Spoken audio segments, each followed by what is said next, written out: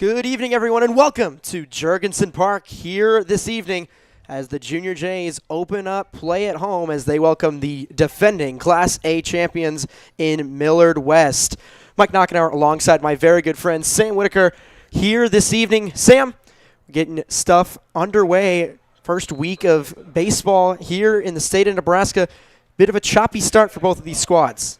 Yeah, I mean, absolutely. You know, Millard West coming into the year 0-1, and with that title of being the state champions last year, you know, Creighton Prep 0-3 having to face a very good Staley team out in Missouri. But both these teams looking for hopefully their first win of the year this year. Obviously, again, every time we say these two teams face off, it's always a good game no matter what sport it is. But all around, a great day for baseball and should be a really good matchup. Yeah, absolutely. Millard West coming off a loss to Westside just last week, and then Junior Jays, as you mentioned, went down to Kansas City, dropped a doubleheader to Staley, and then just yesterday dropped a road game to Elkhorn South. We will take a look at the NEB Preps coaches poll. It's shifted a little bit since the preseason poll, but Junior Jays started out at 3, they've fallen to 4, and then Wildcats in an unfamiliar territory over these past few years, down near the bottom at 9. Yeah, and I mean, coming into the preseason, you mentioned it. I mean, Millard West was at that 4 spot. Creighton Prep was just above them in that 2 and 3 area. But obviously, losses to start their seasons. Millard West obviously coming off that loss against Westside, like you said, a game where they just let up 1 run thanks to too many balks that just caused Westside to get the win. And again, Prep obviously facing very good competition to start the year. Yeah, Junior Jays and Wildcats about to get underway. Coaches at the plate meeting, exchanging lineups, and both teams eager to get this one underway. As we will bring you the starting lineups here for both squads. We'll start off with the visitors from Millard West. So for Millard West, they're going to start with Jake Blackman playing center field, batting first. Batting second, Colton Williams playing first. Dylan Swiersick on the mound, but also hitting third today. For the Cats, they have Sam Kidd behind the plate, Jackson Thiel as the designated hitter, Jack Meeks, Gideon Novotny, Tyson Longley, Jared Betts, and Tyson Meyer rounding out the Wildcats lineup. And then we'll take a look at the Junior Jays lineup as they now take the field. It'll be Logan Birchfield playing second and leading things off. Cal Anthony out in center will bat second. Tony Caniglio in the third slot there in the lineup. He will be behind the dish. Jack Cosgrove, the first baseman, will bat cleanup. Charlie Ziola, left fielder, will be in the 5 slot. John Lysek out in right field will bat 6th. Liam Smithberg, the DH, will bat 7th. Then Braden Cato over at 3rd will bat 8th. And then Garrett Anderson, the shortstop, will round things out. And it's Steven Patterson on the mound making his very first varsity appearance here for the Junior Jays this evening. And I mean, you said the first varsity game, and, you know, it's going to really tell what he has at this level. Obviously, he's facing a very potent Millard West lineup, and he's facing some pretty good players in that first 3. I mean, he'll face Jake Blackman, who was also the starting running back for the Wildcats back in football season, but he's got some speed. You want to keep him off the bases. Colton Williams, another speedy guy, and then Dylan Swiersick, obviously, who had a double against Westside last week. Very potent top 3. See how Patterson responds. So things about to get underway here from Jurgensen. As we both said, both these teams winless so far, but after this evening, that will no longer be the case. But who will it be as the Wildcats and Junior Jays facing off here on the baseball diamond? As you mentioned, both these squads, both these schools, whenever they face each other, it always seems to be a good game.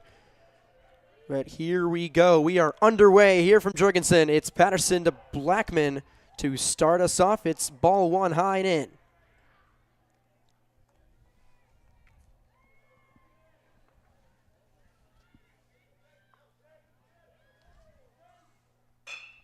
This one going to be chopped to second. Birchfield fields it cleanly over to first for 1 away.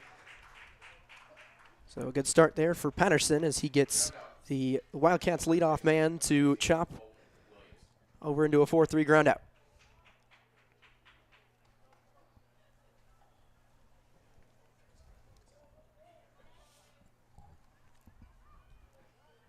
Bring up Colton Williams to the dish.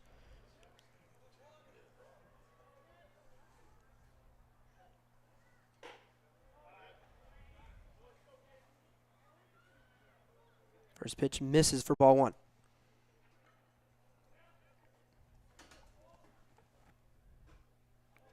So we'll take ball two inside as well.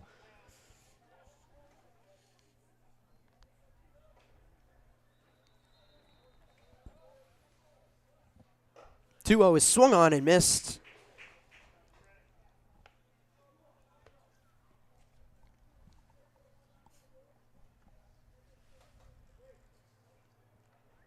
Two one.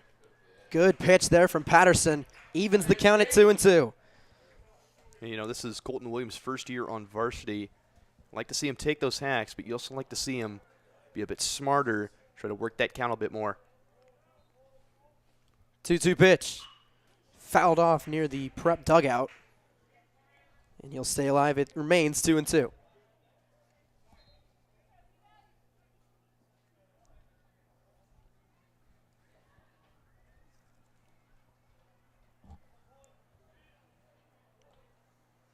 So Williams trying to fight off Patterson here with one away in the top of the first. 2-2 once again. Inside, got him on the hand. And the first base runner of the evening for the Wildcats comes off a hit by pitch. Yeah, and I mean, Mike, this was something Millard West was missing early on in their game against Westside. They needed base runners on early. They didn't get them until the middle innings of the game. You know, however you can get them on, you got them on. Now a good chance for Dylan Swiersick, who again had a double against Westside to start the game. He has been very hot as of late hitting.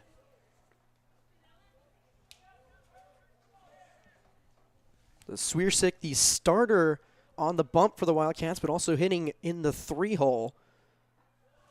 So he'll take ball one low, and off goes Williams, and he will slide in safe as that one trickled away from Caniglio. And now already in scoring position is Colton Williams with a dangerous bat and Swiersick at the dish.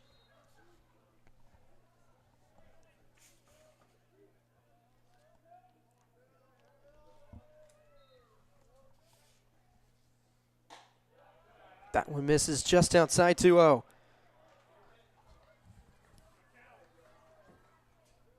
Swiersick hit a impressive .314 in 42 plate appearances last year. Had 4 RBIs. But he'd love to pick up his first of 2025 right here, the 2-0. That one's going to be popped and skied into right. Under it is Lysek. He'll make the catch. Williams will tag from second to third. He will slide in safely. But now there's 2 away and a runner 90 feet away for the Wildcats. Yeah, I mean, that's a good job by Swiersick again. He's got some power. Obviously didn't get that one too great. And, you know, you talk about his stats from last year, obviously. He was a DH most of the time, and if he did come in and he wasn't playing DH, he was filling in for Nick Ventiker, who was the closer. He's now at Creighton. Now he's got a lot more room, and now we see Sam Kidd head to the dish.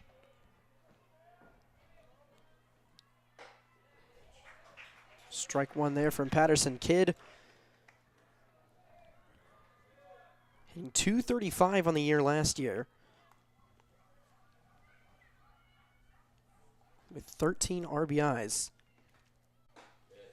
That one inside, and Patterson's up 0-2. Yeah, and I mean, Sam's a really smart guy. I mean, the dude's going up to somewhere up in the Northeast for baseball in Middlebury. He knows the strike zone very well because he's a catcher. Obviously wants to work this count a bit more if he can. 0-2 from Patterson. That one rides high.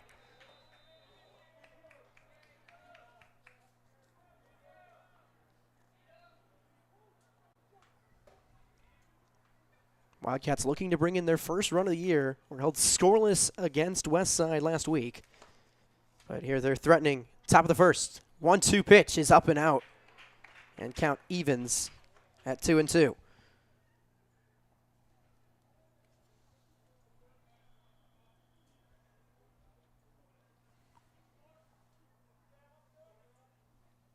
Two pitch is fouled off. So Kidd will stay alive as Patterson tries to work his way out of his first varsity inning of his career.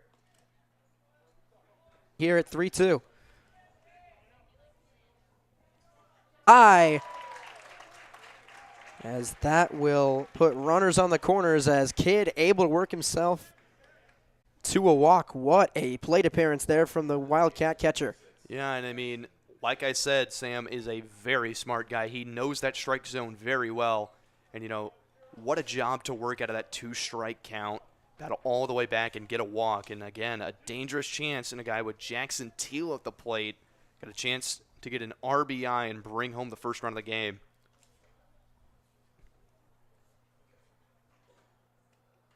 Jackson Teal, another one of those guys you mentioned, first year on varsity. This is a Millard West squad that lost a lot of guys, a lot of seniors from last year's team.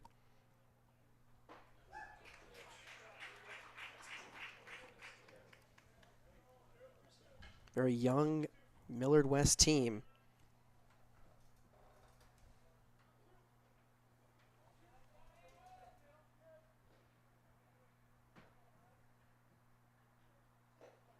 That one in the dirt.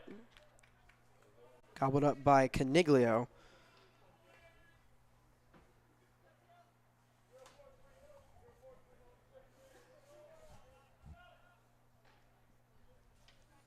Courtesy runner over at first is Cole Owens, who's running for the catcher and kid. The 1-1. Good pitch there on the outside part of the plate. Moves the count to 1-2. And, you know, Mike, you mentioned Midwest being a bit of a younger team. And, again, those seniors that they lost, big guys, you know. Nick Ventaker was over at third for almost all 4 years. And then, obviously, Tyson Lewis, the big one. 1-2 pitch, swung on and missed. Steven Patterson, a little bit of gunk there early on the base paths, but he's able to work his way out of it. 0-0 through a half inning. We will step aside, and Junior Jays will come to the plate. Here when we come back, you're watching Class A Baseball right here on CPSN.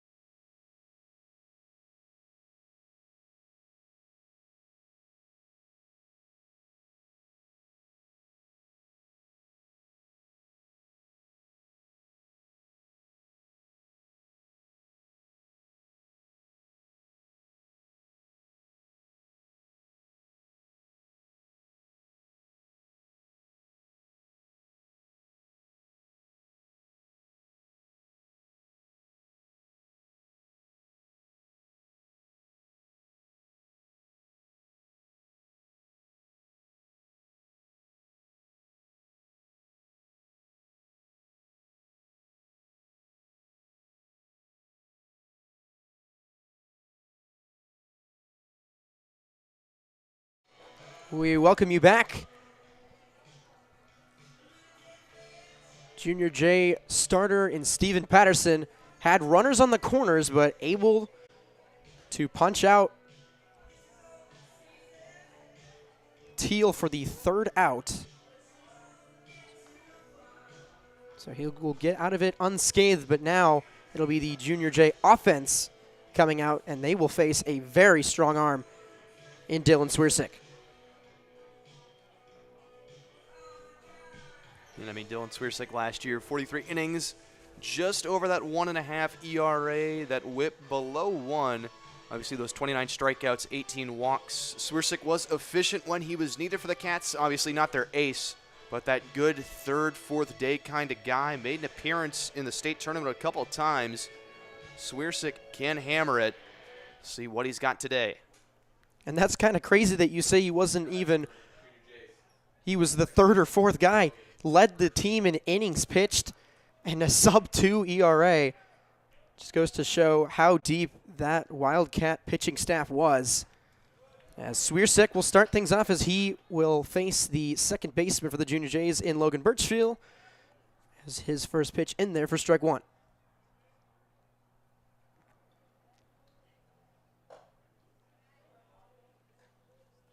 That one rides outside. Sam, you mentioned this team lost a lot of talent, but they maintain a guy like Swiersik. What does that really mean for a team like this? As that one right over the bag down the left field line.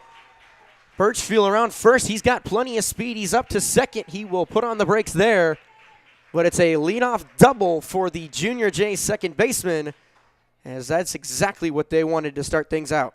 Well, yeah, I mean, a little bit of a commentator's curse there, Mike, eh? I mean, Swiersik just gave him something too meaty right over the plate, and Birchfield made him pay for it. Leadoff double, and a good chance now in Anthony to bring him closer to home. I was just wondering about Swiersik and what it meant to this team for him to be back. But nonetheless, it's Birchfield up to second here with no outs as it's Cal Anthony trying to squeeze a bunt down the line, but it'll trickle foul. Now that we do have an opportunity, Sam, what does a guy like Swiersik coming back, obviously last year, his junior year, incredible stuff, but him now as a senior, what do you think, how do you think he's going to be able to take a leap? Well, I mean, you saw the stats from last year. I mean, 43 innings pitched, again, leading the team. I mean, again, third, fourth guy last year. He's the second guy this year sitting right behind Iowa commit Brady Ferguson. You know, he had to fight for time against Jackson Williams and Brady last year, but now he is just going to soar with whatever opportunity he gets. As Anthony shows bunt again, it's a good one down the third base line as it's fumbled there by the third baseman in Novotny. As we'll see if that'll be counted as a hit or an error, but nonetheless, runners on the corners here with no outs for the Junior Jays as their three-hole hitter, and Tony Caniglio comes to the plate. Yeah, and that's a bit of the inexperience in Novotny, obviously. Last year, I mean, Nick Ventiker's been at that hot corner for the past, 3-4 years. I mean, think of Millard West baseball, you think of Nick Ventiker, and then you think of Tyson Lewis. Obviously, those guys on the left side of the infield are gone. Swiersik checks Anthony back. They do count it as a hit, so Junior Jays here with a double and then a bunt single down the third base line to put runners on the corners. As Caniglio rockets this one foul.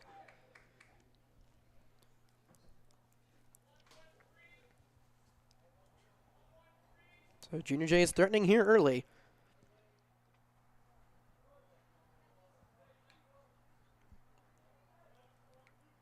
The 0-1 awaits from Swiersik to Caniglio. Is this one going to be chopped into the left side? It's going to get through the gap. Birchfield will walk his way in to score. Anthony will move up to second, and it's an RBI single for the senior catcher, Tony Caniglio, as the Junior Jays strike first. It's 1-0. Yeah, and I mean, Swiersik, he's just giving him something too meaty again. I mean, I know we started the inning saying, very good stats from last year, maybe a bit of a commentator's curse continuing through this inning because, Swiersik is a good punch-out guy. So far, he is starting to lose it. Obviously, with no outs, Prep can really make some danger waves here on the base paths. Courtesy runner over at first for Caniglio will be Teddy Stratman. And coming to the plate will be Jack Cosgrove. He'll look to bunt, and that one will pop foul right back behind home plate. So Junior J is 3 up, 3 hits. It was the double just down the line, just out of reach of the outstretched glove of Novotny for Birchfield to lead things off. Then it was Anthony with the bunt down the left field line, down the third base line, and then it was Caniglio splitting the gap over there on the left side to bring home Birchfield. But now Cosgrove, the cleanup hitter, shows bunt on back-to-back pitches. Yeah, I mean, this is just smart baseball by Prep right now. They're trying to move the guys over. They don't have any outs. And, I mean, if Gideon Novotny just could have gotten that throw-off, didn't fumble it, maybe would have had one out. But still, Wildcats would still be in some dangerous water.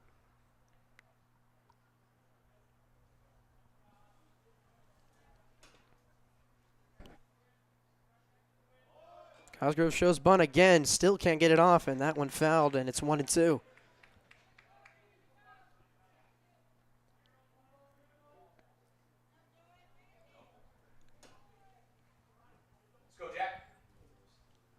Cosgrove joined this team, joined varsity halfway through last season.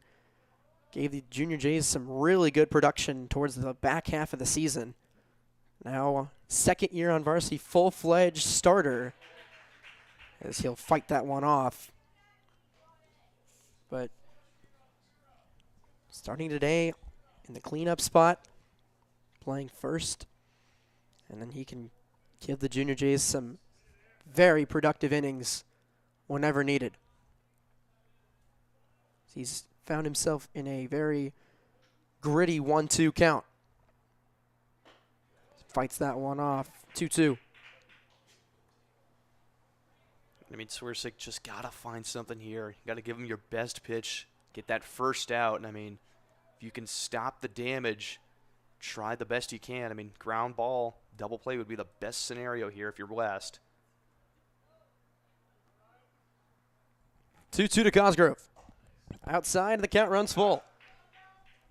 And I mean, we've seen that almost twice in a row, almost the same exact location on that breaking pitch. Didn't get him to bite. See what he can do here on a full count. Still nobody out.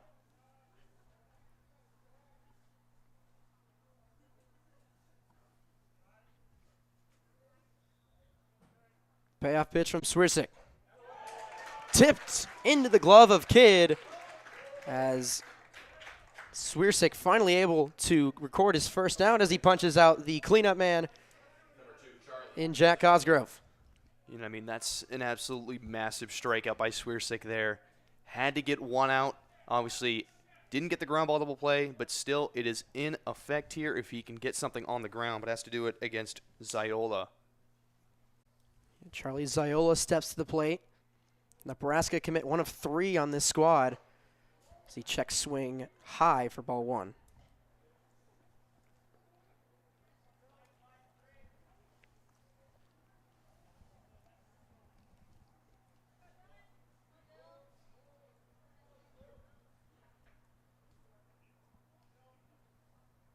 Ziola, this one hard hit. Well played over there at second. Longley over to second, got one, but Ziola able to leg it out over to first. So it will be just a 4-6 put out. So now runners at the corners here with 2 outs for John Lysek. You know, I mean, this is just good fight by both sides right now. You know, this is what you think of when you think of Creighton Prep Millard West. You know, close action, right down to the wire. I mean, right there, maybe just a step slower and he gets him out.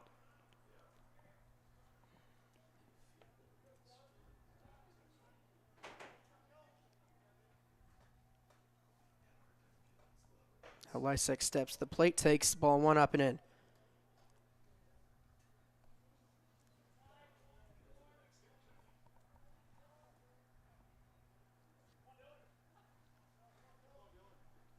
Swierczyk looking to get out of the inning here with only 1 run of damage. Swung on and missed by Lysek. Swierczyk with a tough start there as first 3 batters all with hits, but would be incredible for the Wildcats if they're able to get out of the first inning just down 1. Here's the 1-1 from Swierczyk. Is this one going to be shot down the right field line? It's going to go foul. Yeah, and I mean, you'd mention huge for the Wildcats if they can get out of this only down 1. Because, you know, even though they did lose a guy in Tyson Lewis who batted .400 last year, they still have guys in this lineup that can hit.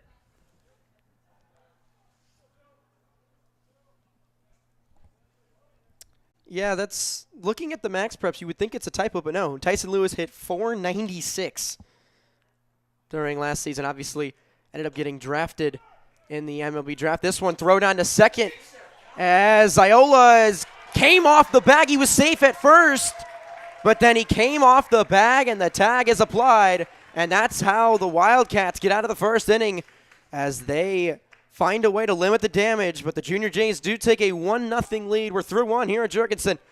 It's the Junior Jays by a run. We will step aside. We will be right back here on CPSN.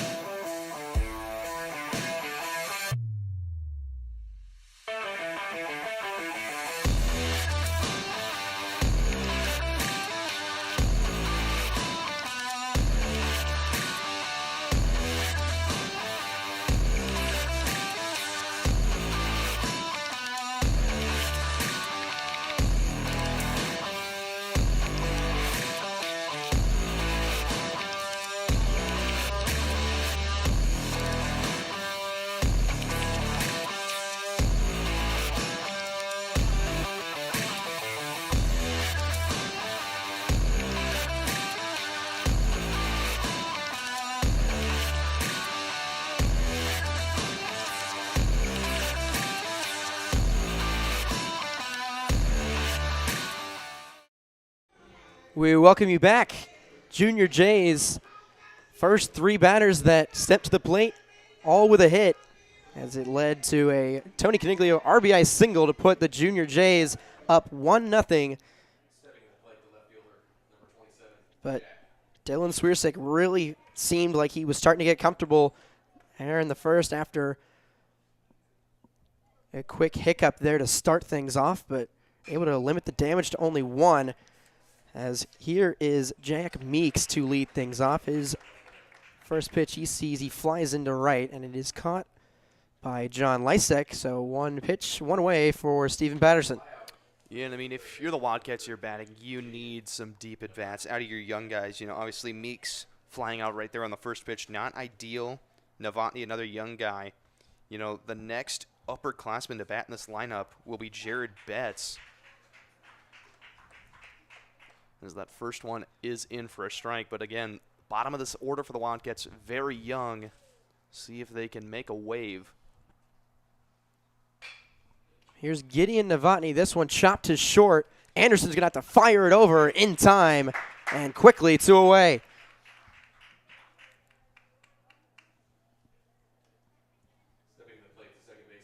Anderson with a struggle yesterday. He had 2 errors against Elkhorn South, but quick chopper there, and he's able to get the put out as now 8-hole hitter and Tyson Longley coming to the plate. He takes strike 1. This one going to be skied into center. Nearing the gap, it's going to get down. Lysek fires it in, on to third is Longley, the throw, in time! The relay from right field all the way to third, and the Junior Jays connect with a long put out, and they cut down Longley as he tried to put it into a triple. What a defensive play from the Junior Jays. It is 1-2-3. As the Junior Jays get off the field, we will step aside, middle of the second, here at Jorgensen.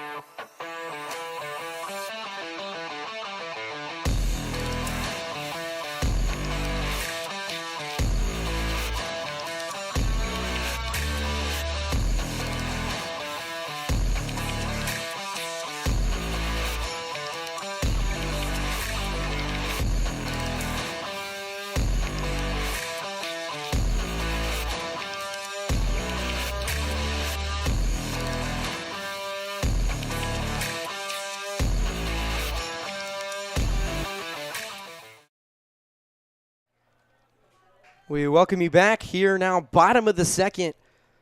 An eventful 1-2-3 inning there for the Junior Jays in the top half.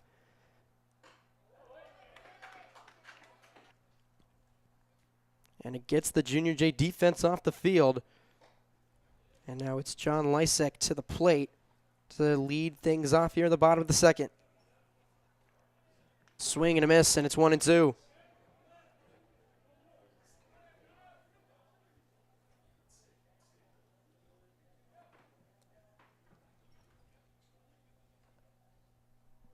Swierczyk. Check swing. Did he go? He did not. Count even at 2-2.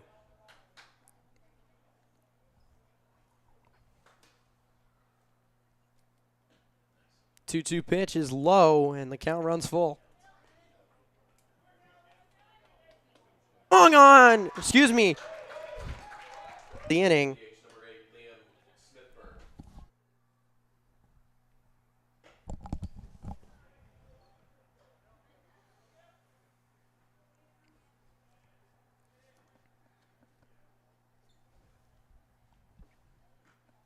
Quickly, it's 2-0 as a couple of dirt balls there from Swiersick.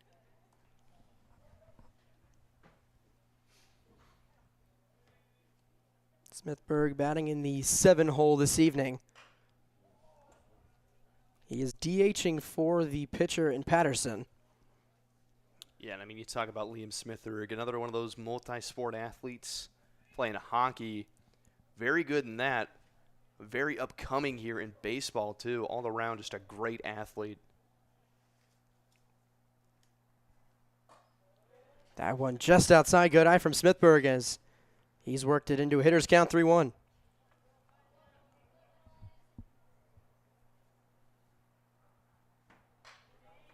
That one fouled off, and now another full count.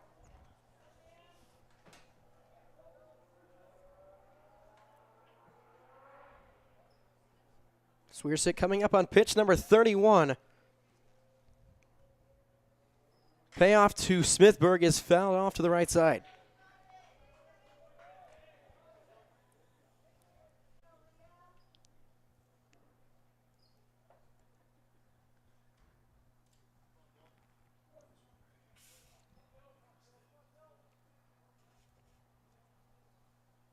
We'll do the payoff pitch one more time. Is that one outside for ball 4? Yeah, and you know, it was a better start to the inning, obviously, than the first for Swiersick, punching out the first. But again, back-to-back full counts, not what you want to do if you're on the mound. But Smithburg, another good eye right there. Fouled off the pitch before, and then found the next one outside. You know, Swiersick facing Cato.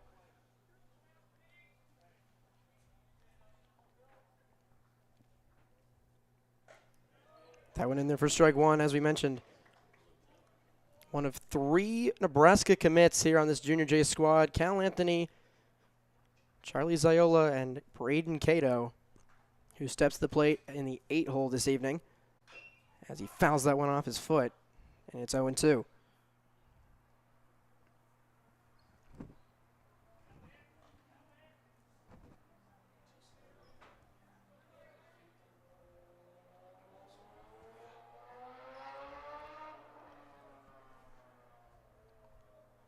Now Swiersick up in the count. 0-2 pitch. That one's going to be shot to the gap on the right side. It's going to get through. Smithburg will put on the brakes at second. But Cato able to find a way to poke a 0-2 count into right. So that single putting runners on first and second now for the bottom of the lineup in Garrett Anderson. Yeah, and I mean, again, just another showing of this Millard West lineup being very young. You know, Tyson Longley out there at second, very close to the bag, just not out far enough, and that's how that got by him.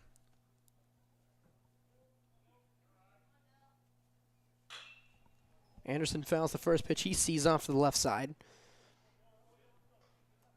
This is interesting territory here for the Wildcats. Ideally, obviously, a double play ball, you'll always take that, but if they're unable to force that, it'll be Logan Birchfield on deck as the top of the Junior J lineup. 0-1 to Anderson. He'll shoot that one up the middle.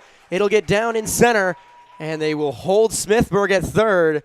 So now it'll be bases loaded with 1 out for the top of the Junior J lineup.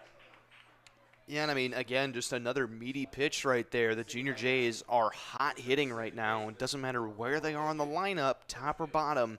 They have really picked their pitches today very well, found what they wanted, and just put good bat-to-ball contact. Again, bases loaded, very good chance. Gotta hope this is not a ground out. It would kill the momentum. So Birchfield led off with a double. And now he's got bases loaded with 1 out. First pitch in there for strike 1.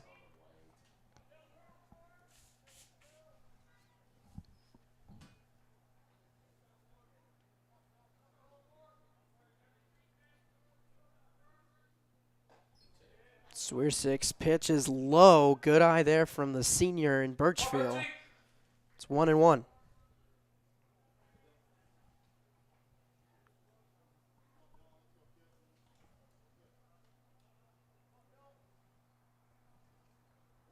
One pitch in the dirt.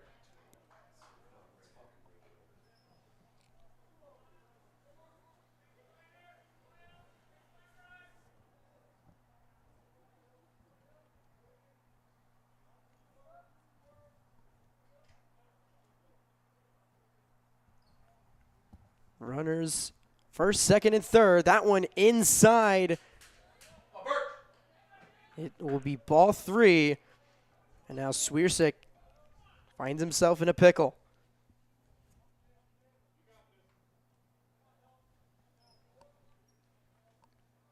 Birchfield's worked himself to a 3-1 count. That one up and in. Ball 4, and Smithburg will come in to score as Birchfield forces the bases loaded walk, and the Junior Jays played another. It's 2-0. Yeah, and I mean, Sam Kidd out there meeting with Swiersik right now. I mean, just obviously not the start you want. They still do have a chance to get 2 quick outs if they can get that ground ball double play, but really cannot have anything go into the outfield here because that could be a sac fly and make this advantage 3-0 Junior Jays. Come on, Callie.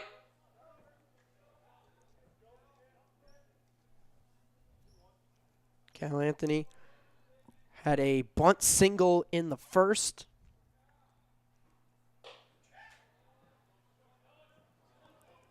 Should take that one outside for ball 1. Update from Elkhorn Junior Jays soccer team with a 1-0 lead over the Storm as the first half winds down under 10 minutes. Back here, Anthony skies this one a mile high.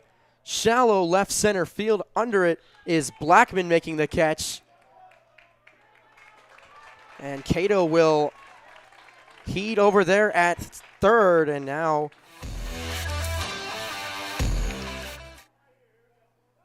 it'll be 2 away with bases loaded as Swiersik able to force the second out of the inning. Again, you face another dangerous hitter in Tony Caniglio, and the last time got on base, got caught stealing.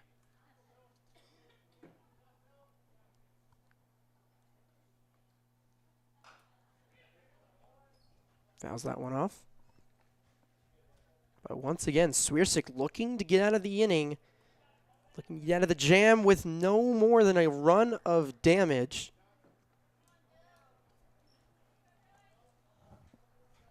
Found himself in the first and was able to maneuver his way out of it, but finds himself in another difficult spot here in the bottom of the second. 0-1. That one's going to be right to Swiersik as he will flip it on to Kidd. Nice and easy as the Wildcats once again able to limit the damage, but the Junior Jays do play another as they take a 2-0 lead into the third. After 2, got ourselves a 2-0 ball game here at Jurgensen. You're watching Class A baseball right here on CPSN.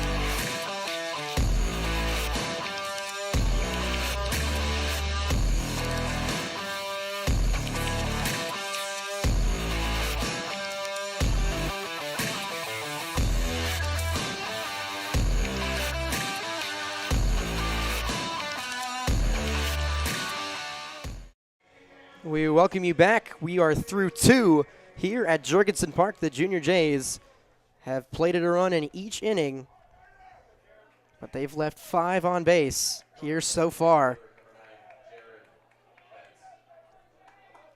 As it'll be 9-1-2 for the Wildcats here in the top half of the third.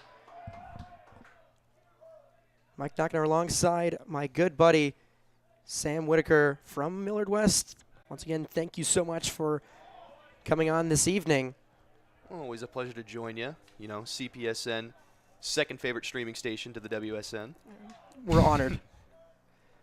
It's that one inside 3-0, but as someone who knows this team better than most, what's something that this team needs to adjust here through 2 frames? Well, I mean, they obviously got to get through the bottom of the lineup because, I mean, you know, those young guys, they haven't had a lot of varsity experience. You know, there's a good guy right here in Jared Betts who's had a lot of good varsity experience and draws the walk there. Now they do get that dangerous part of the lineup back up with Blackman coming to the plate.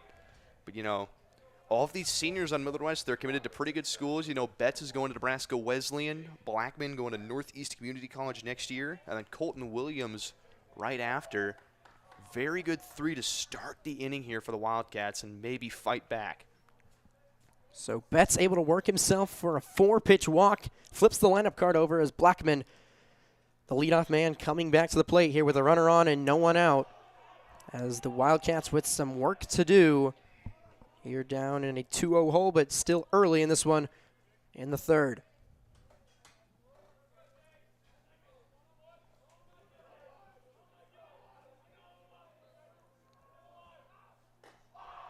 And that's 6 straight balls from Patterson to open up the third. And now his catcher and Caniglia will come out and have a chat with him. Yeah, and I mean, this is where Millard West really gets the momentum because, you know, they've got to build on something. You know, head coach Steve Fry out there talking to Blackman right now, but, you know, they've got to put in the work here, really fight back. You know, down 2, there's still a lot of ball left. See what Blackman can do, obviously. Grounded out last time into a 4-3. See if he can move Betts up to second. Patterson can't find the zone, and it's 3-0. Yeah, I mean, if you're Millard West, you're not swinging until Patterson shows you a strike here.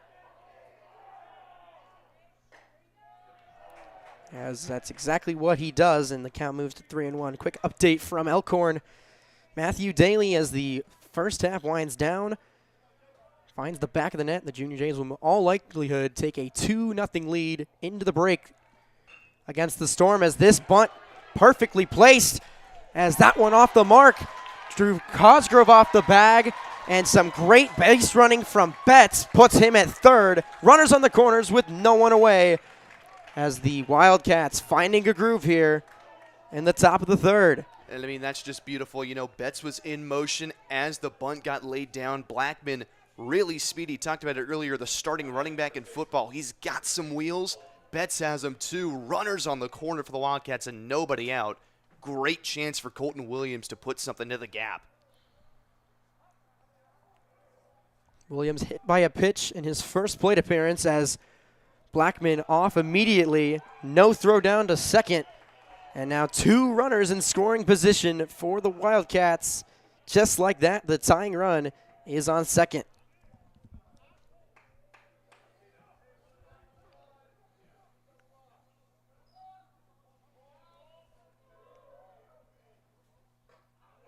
A 1 misses high.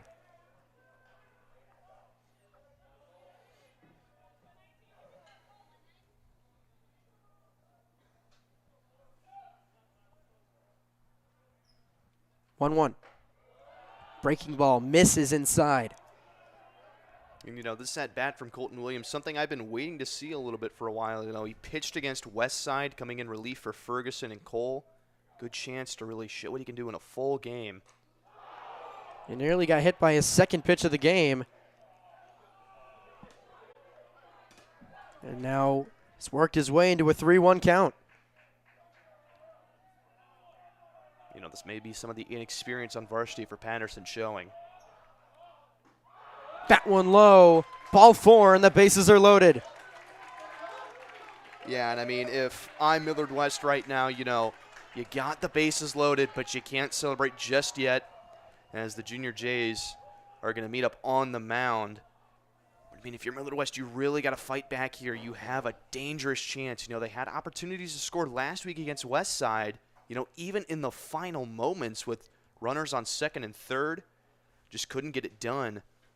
But really, a really good opportunity with no outs again to put a run on the board. Their first run of the season, might I add. Coach Snyder out there talking to his junior pitcher in his first varsity start of his career.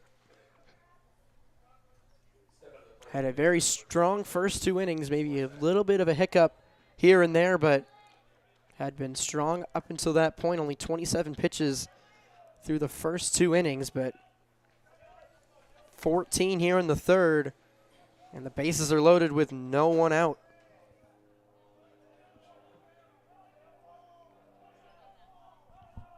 So he'll face the 3-hitter in Swiersick.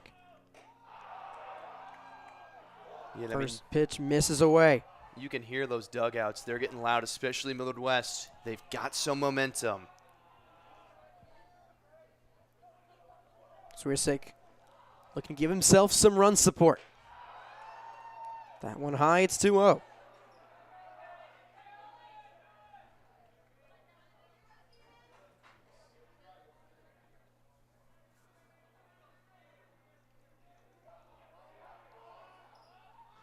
Patterson's pitch in the dirt, 3-0. Yeah, I mean, it just goes back to you're not going to swing until Patterson puts something in the zone. You know, I think that was the message relayed to this entire lineup. That one in there for strike 1. Swiersick most likely with the red light there on the 3-0 with the bases loaded and no one out. But now he's got a little more wiggle room here, 3-1. Pitch from Patterson. Inside, ball 4. As the Wildcats will plate their first run of the year and cut into this lead. And they've still got plenty of opportunity to do a lot more damage here with the bases loaded with still no one out. And the cleanup hitter in Sam Kidd stepping to the dish. Yeah, and I mean, there's a reason Sam is the cleanup, as we have another mound meeting here between pitcher and catcher. But again, Kidd, he has got some power. You know, last year in the state tournament, in the state championship against Lincoln East, one of the core memories if you're a Wildcat baseball fan, labeled a one-out double into the gap to plate the go-ahead run against the Spartans. As that looks to be the end of the day for Patterson. Action in the Junior J dugout. Can't quite see who it is, but we will step aside, and when we come back, we will preview the new Junior J arm. But Patterson's day will come to an end after 2 innings and a run given up, but he will hand off a bases loaded, no out situation to whoever it is that ends up coming in. But we will step aside. Top of the third, things getting interesting here at Jurgensen. You're watching Class A Baseball on CPSN.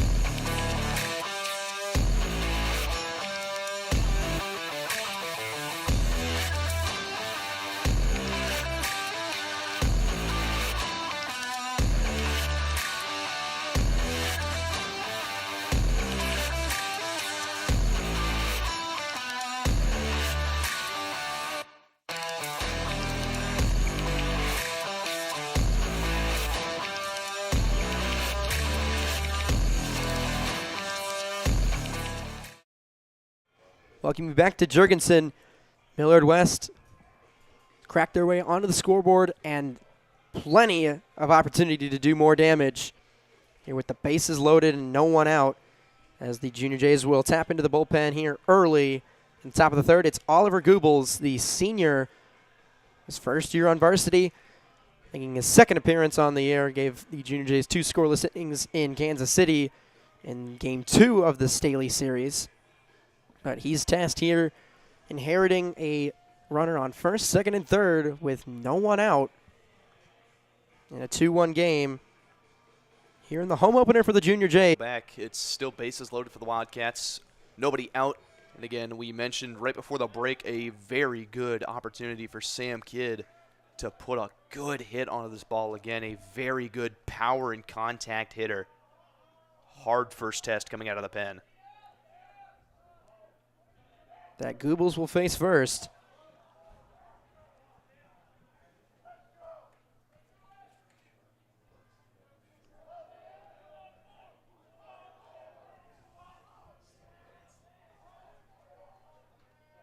The 1-0. Just misses outside. Great eye there from Kidd. Pitch. Good pitch.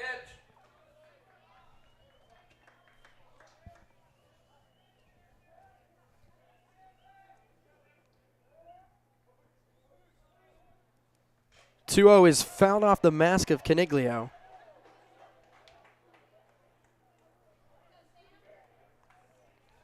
So count runs to 2-1 as they will give the senior a second to walk things off. Took that one right off the mask, but seems to be all right as he positions himself right back behind home plate here, ready for the 2-1 pitch from Goebbels to Kidd. Bases loaded, no one out. Outside. And now dangerous spot for the Junior Jays, and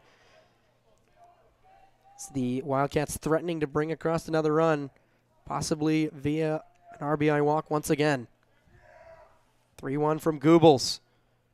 That one down and away, and we've got ourselves a tie game here at Jurgensen. Yeah, and I mean, this has just really beat the Junior Jays up. I mean, all these walks, you know, Patterson kind of put them into the situation, and then Goebbels coming out of the pen. Again, Kidd is a very tough task to face coming right out of the pen. Nonetheless, we will see Jackson Teal back up for his second chops at the plate. Struck out swinging the first time.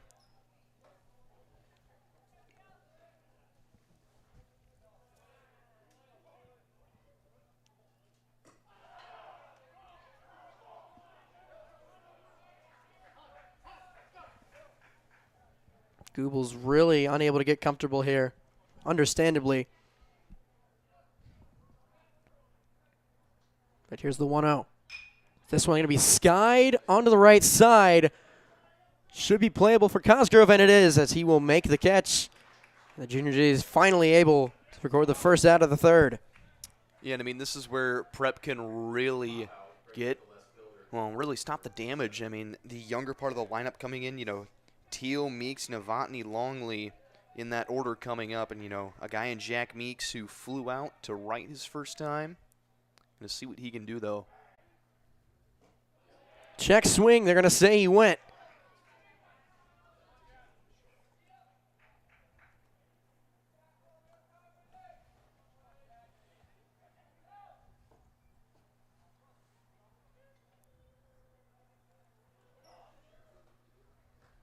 That one's going to kick away from Caniglio. Coming home to try and score is Williams, and he does, as that will give the Wildcats their first lead of the evening as they've played at 3. Here in the top of the third, it's Wildcats 3-2. And now both runners moving up into scoring position, and that takes away the opportunity of a double play ball. So a very unfortunate situation for the Junior Jays, but Millard West really flipped the momentum in this one. Here's the 1-1 on the way to Meeks. This one going to be skied into the air in center. Anthony back makes the catch as he will throw that one in, but in to score is Swierczyk. On to third is Kidd. It's a RBI sac fly from Meeks. Make it 4-2 Millard West. And, I mean, that's really the only run that the Wildcats have, like, truly earned today. You know, the Junior Jays have kind of beat themselves into this deficit with all the walks. You know, right there, Millard West, after being down 2, are now up 2 here in the top of the third and 2 away.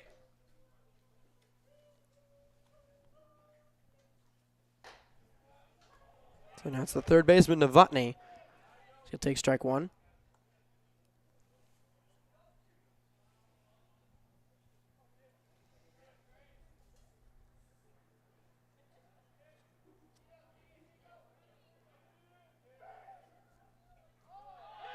That one in the dirt, gets away from Caniglio. Play at the plate is in time. So the Junior Jays finally able to get themselves off the field, but not before the Wildcats plate 4 and take a 4-2 lead. We're only through 2.5 innings here from Jurgensen. Plenty of action so far between the Junior Jays and Wildcats. Don't go anywhere. Coming right back here on CPSN.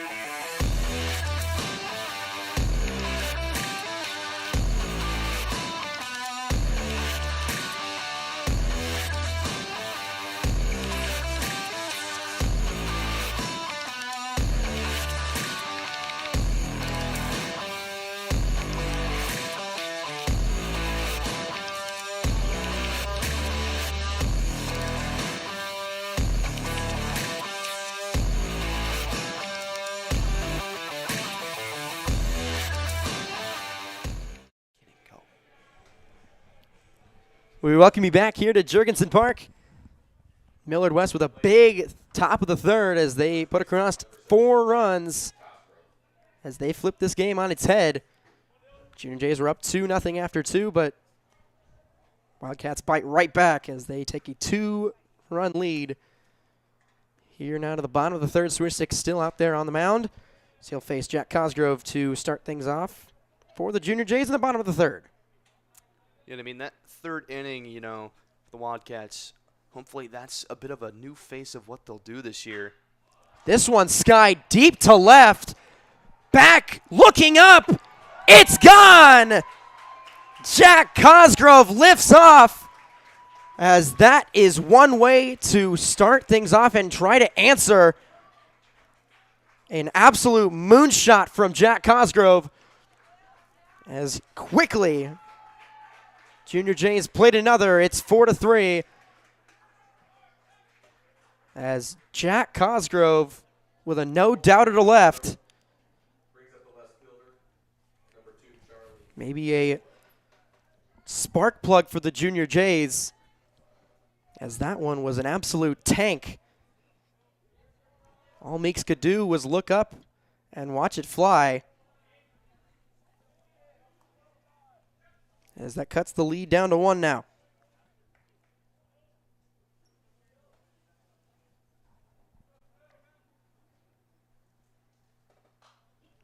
Now this is Charlie Ziola.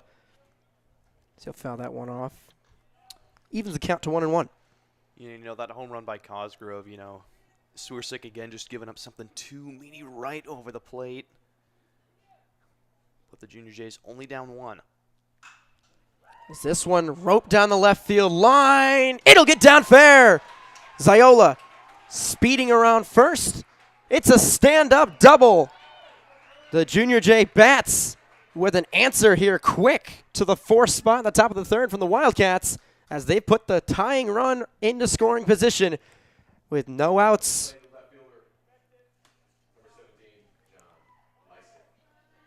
And, you know, you might see the Wildcats maybe creep towards the bullpen here. And Swierczyk just giving up a little too much here.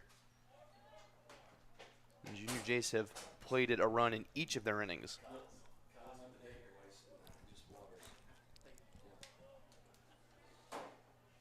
So now it will be San Diego commit John Lysek coming to the plate. As he will look to bunt, and he will. Novotny will field it over first for the 5-3 putout, but it will move Ziola up to third as the tying run now 90 feet away, but sack bunt from Lysek is successful. Now one away for Liam Smithberg.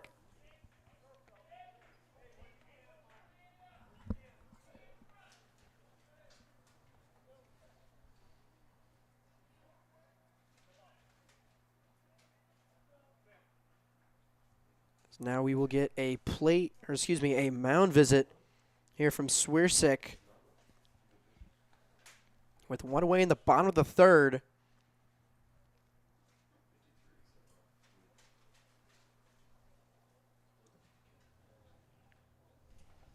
Swiersik up to 53 pitches on the evening.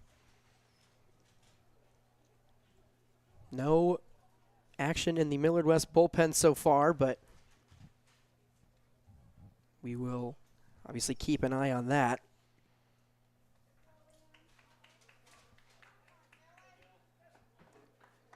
Correction, I believe they just put somebody in the pen for the Wildcats.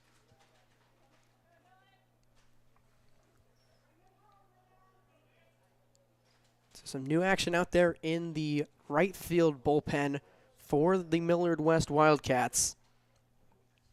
As Swiersik finds himself in another difficult position. That first pitch misses. But the speedy Ziola over there at third. At the very least, the Junior Jays will absolutely take a sac fly or something of similar nature here from Smithberg. Check swing, and he fouled it off.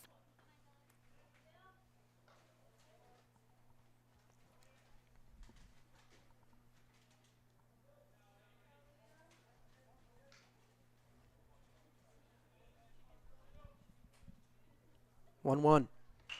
This one going to be grounded out of the reach of Swiersik. Ziola will stay put at third.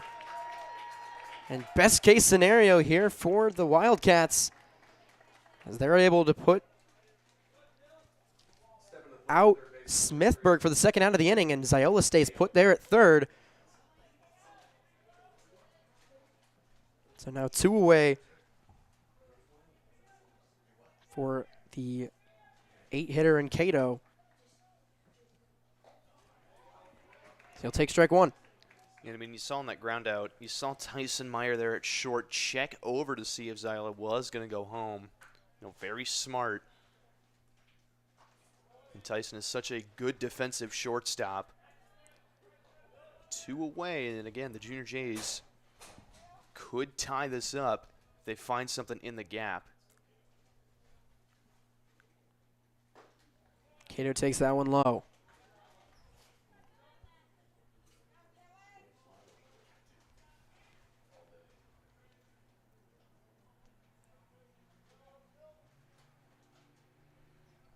Two one. That one paints the outside part of the plate. Count even to 2-2.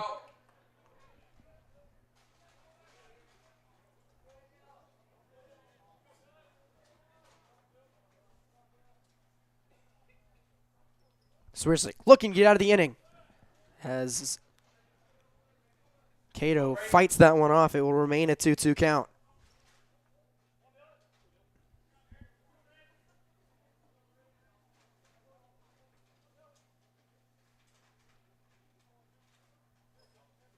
Two once again. This one going to be roped down the left field line. It's going to tail foul, though. I mean, if you're Swiersik here, you got to give him something he can swing and miss at. When, you know, if you're Cato in the box here, you're looking again for some of those meaty pitches that Swiersik has given up early on in this game.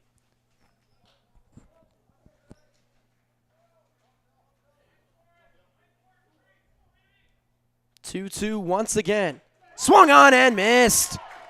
Swierczyk able to get out of the jam once again and maintain the Millard West lead as they hold a 4-3 advantage through 3 here at Jurgensen.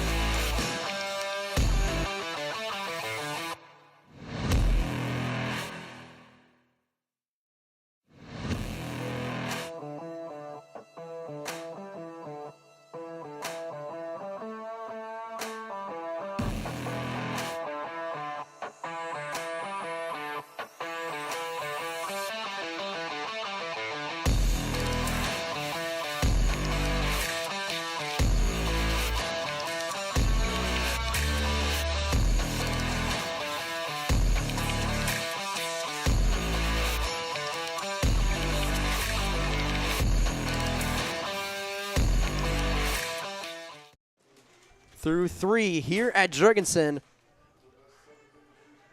The Wildcats with a 4-3 lead over the Junior Jays. Mike Nackenower alongside Sam Whitaker. It's been a very interesting 3 innings of baseball, to say the least, Sam. Yeah, I mean, if you like offense, you're going to love this game. First pitch there, Oliver Goebbels, who came in relief for the starter in Patterson. Wasn't able to maintain the lead. All 3 runners that he inherited ended up coming in to score, but he'll start the top of the 4th here with a clean slate, and we'll see what he can do. Yeah, and I mean, you go back to the old adage, every time, we come on for a broadcast, we always say, Millard West Creighton Prep, no matter what sport, it's always close. Feels like you and I have been saying that for a couple of years at this point. Yeah, now we get to do it in Nebraska next year. Absolutely. But 1-1, and Caniglia will go out to talk to his fellow senior in Goebbels.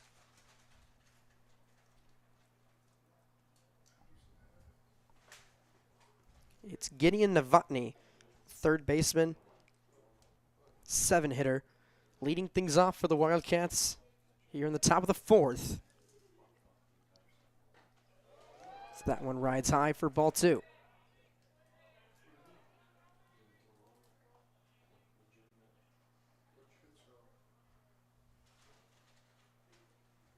Two one. That one skips. Hitters count now for Novotny. Yeah, and Gideon Novotny maybe settling into those nerves now. Obviously got his first career start against Westside at third. And again today, struggled early. See what he can do here. Swung on and missed. Good pitch there from Goebbels. Fills the count. 3 balls and 2 strikes.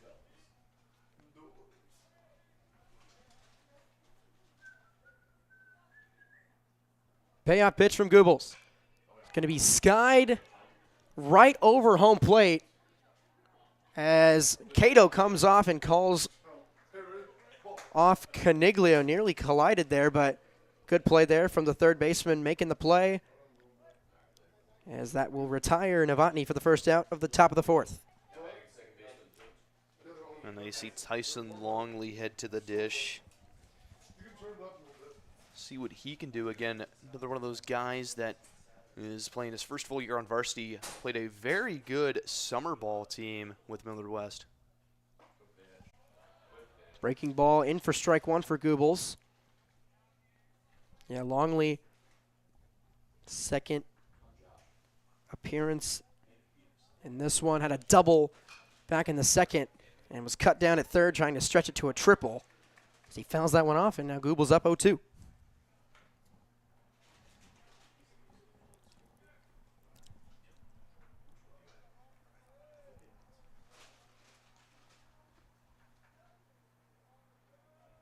From Goebbels.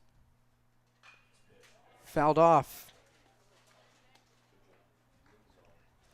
As Longley found off a great pitch there from Goobles, but even better effort to put his bat on it. Foul it out over the school, but it remains 0-2.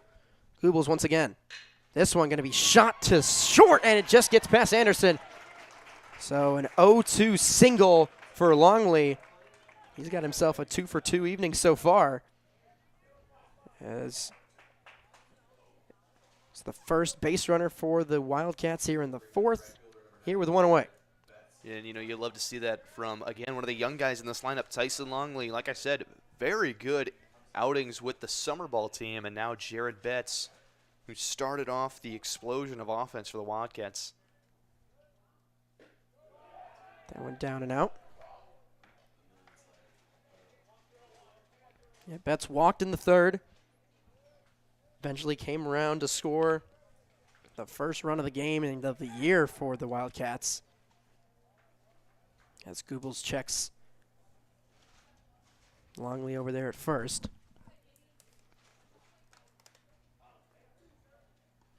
But that first run of the year eventually became the second, third, and fourth runs of the year. All a part of a 4-run third as that one gets past Anderson as well. Longley was taking off with the pitch.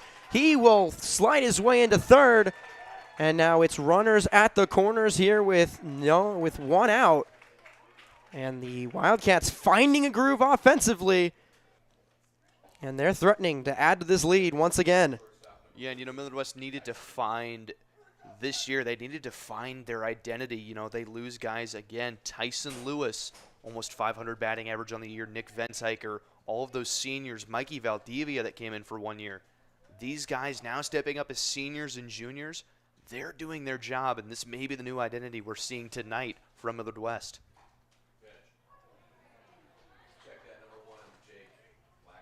So now top of the lineup for the Wildcats. Jake Blackman back to the dish.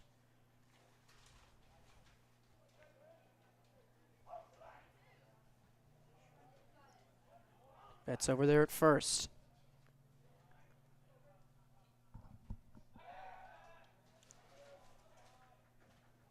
You know, As Goobles will check him off. That's something you got to watch for. You know, Betts has the speed. We saw him turn almost a single, advancing him from first all the way to third, so he's got the speed.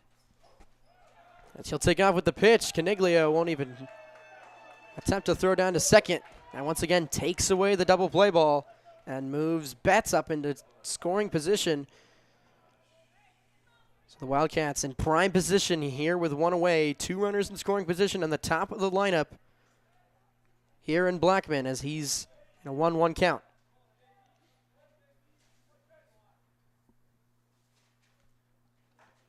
Check swing, he went around 1-2.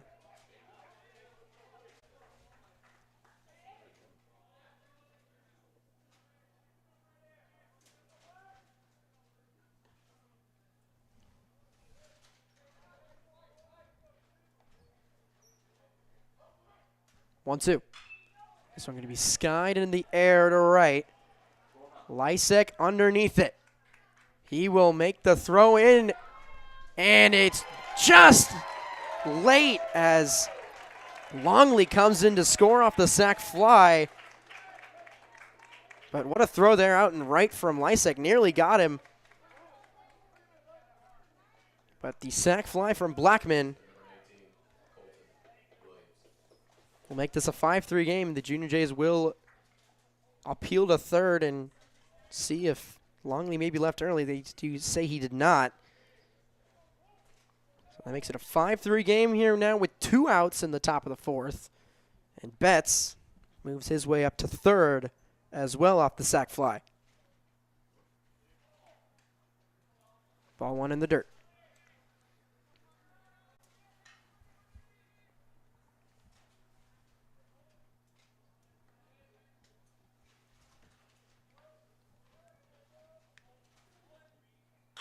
This one going to be roped into right field, but just enough air under it.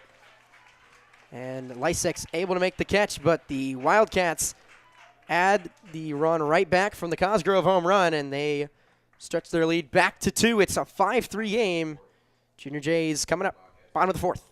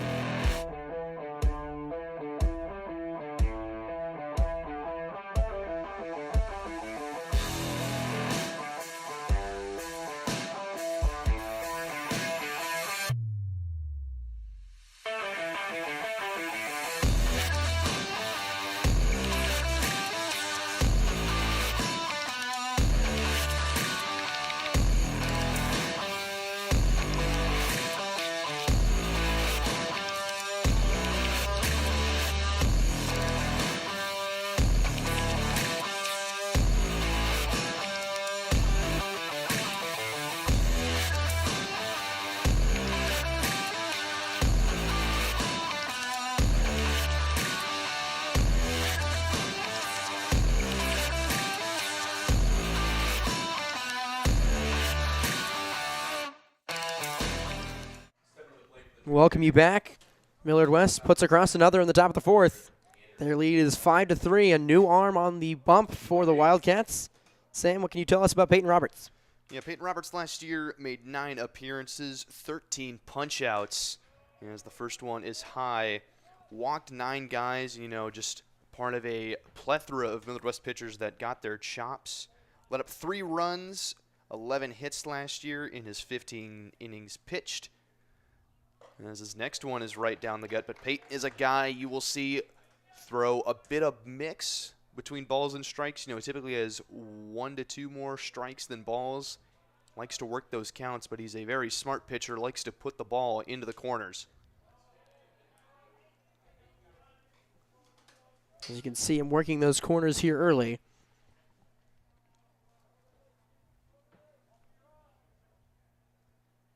He will face the bottom of the Junior Jays lineup and Garrett Anderson to start things off here in the bottom of the fourth. Swung on and missed. Big cut there from Anderson, but Roberts able to sneak it by him, 2-2. And Roberts had a 1.40 ERA last year, 1 in a record. 2-2 pitch. Swung on and missed.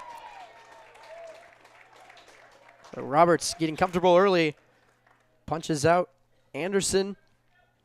First out of the bottom of the fourth, but now Junior Jays top of the lineup coming back.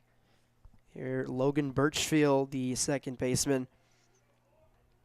Doubled to lead the game off for the Junior Jays in the bottom of the first and then walked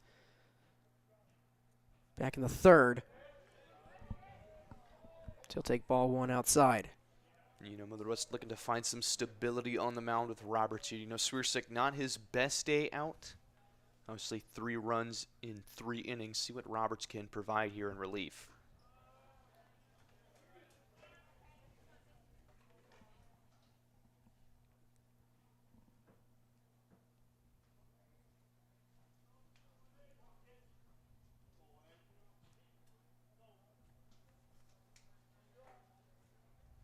Now 2-0 from Roberts to Birchfield.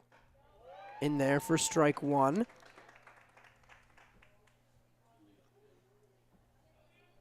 As you mentioned, a 1.40 ERA for Roberts last year. Part of that deadly Wildcat rotation. That one fouled off, count even to 2-2 as Roberts able to fight his way back into the count. And one thing that a lot of people are curious this year with this Millard West pitching depth is, how are they really going to change up the bullpen? Because, last year there wasn't really a set rotation of who would come in relief. This year it seems like they have things a lot more scheduled out. 2-2 pitch. Fouled off once again. It'll get out of play.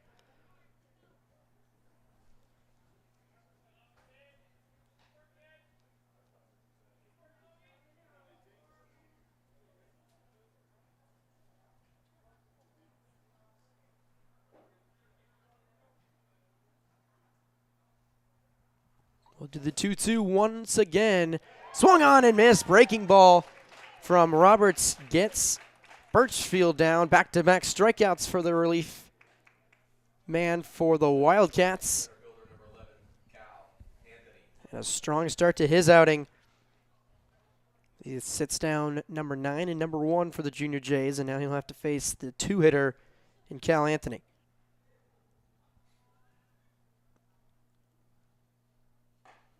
Led the Junior Jays in batting average last season, hitting just over 400 at 406.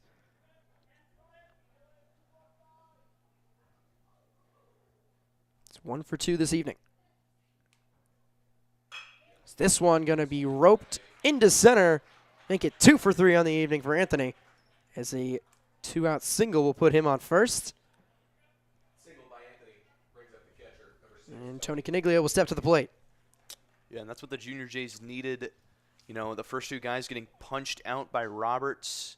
Got to show that you're going to fight and make it a tough inning for him.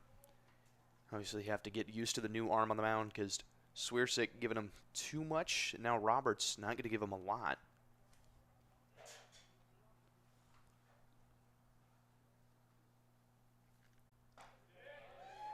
Great pitch there on the inside part of the plate.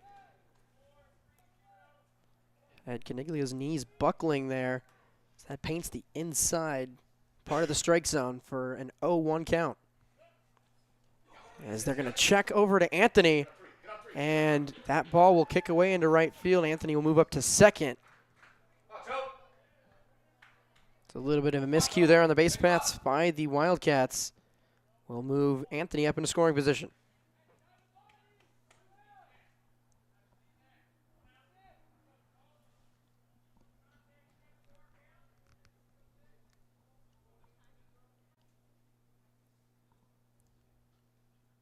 Now back to the plate, the 0-1 from Roberts to Caniglio.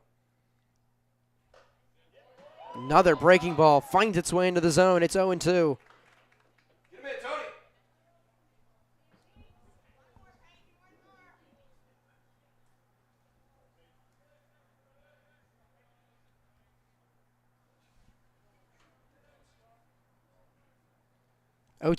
Swung on and missed. Got him to chase high as Roberts strikes out the side of the bottom of the fourth as they blank the Junior Jays for the first time in an inning as they will take a 5-3 lead into the fifth. You're watching Class A baseball right here on CPSN.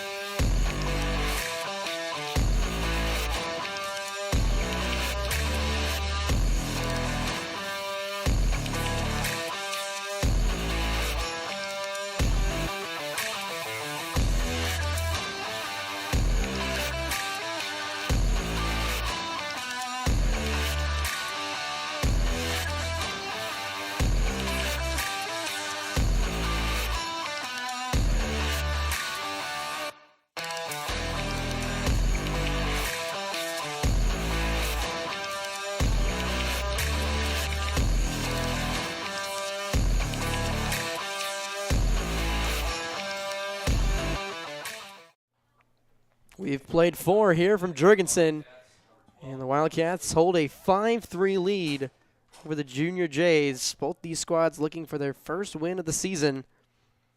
Junior Jays sitting at 0-3, and they are in a very dangerous spot, in danger of falling to 0-4. That first pitch from Goobles is in there for strike one.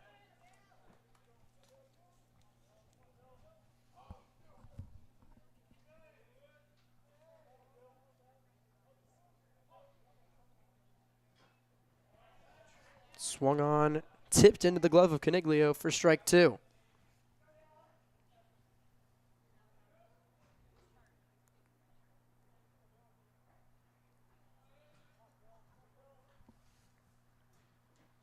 Check swing. He did not go. They appealed to first. So it'll move the count to 1-2.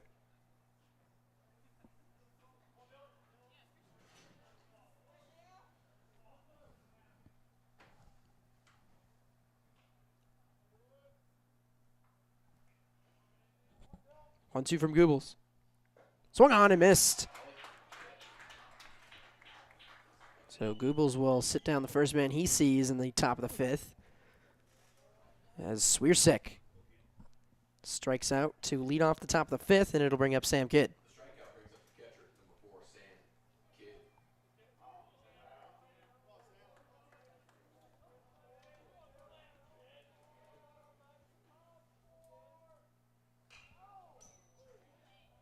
That one fouled off for strike one.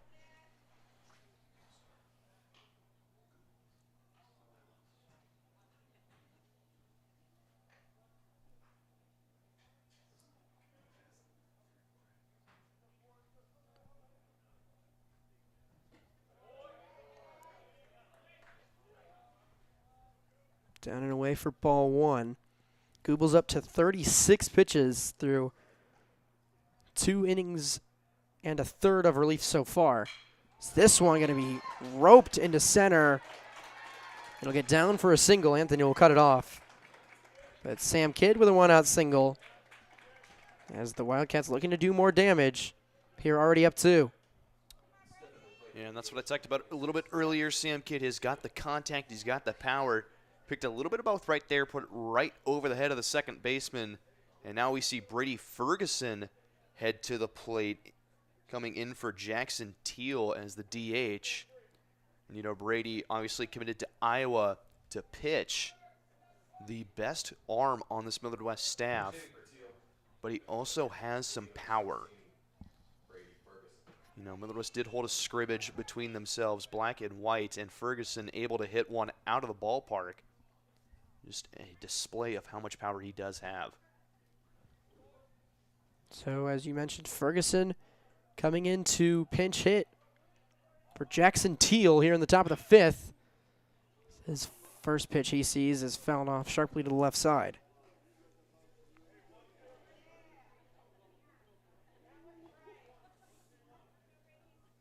Another update from Elkhorn. Junior Jays taking a 3-0 lead. As now the second half winding down. Junior Jays closing in on a 1-0 start to their year as they look to start their journey for coveted three-peat. Runner goes on the pitch. Throw down to second is in time. Nice shot, Tony. Tony cuts down the runner trying to steal second. And now 2 away with no one on for the Junior J defense. A big second out there. Junior Jay's really with a good chance. I mean, you can hopefully keep Ferguson off the base paths.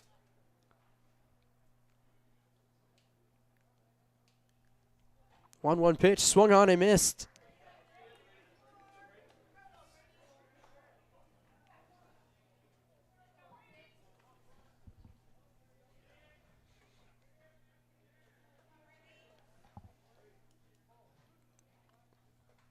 Goobles. Pitch outside for ball 2.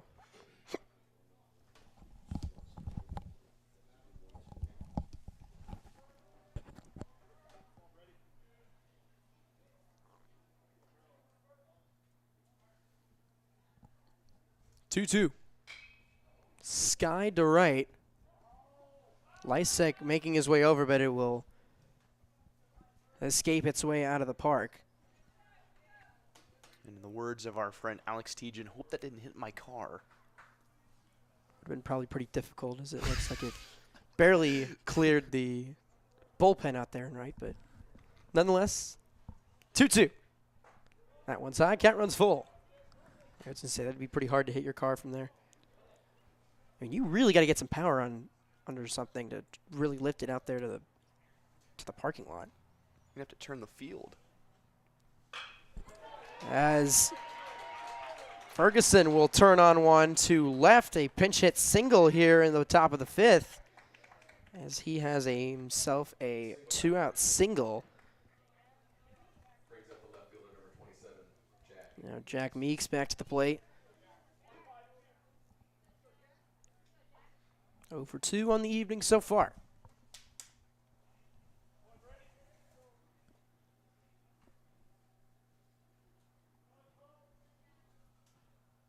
As Caniglio will take a second to go out to his pitcher, and so will Coach Schneider as well. This will be a full mound meeting for the Junior Jays.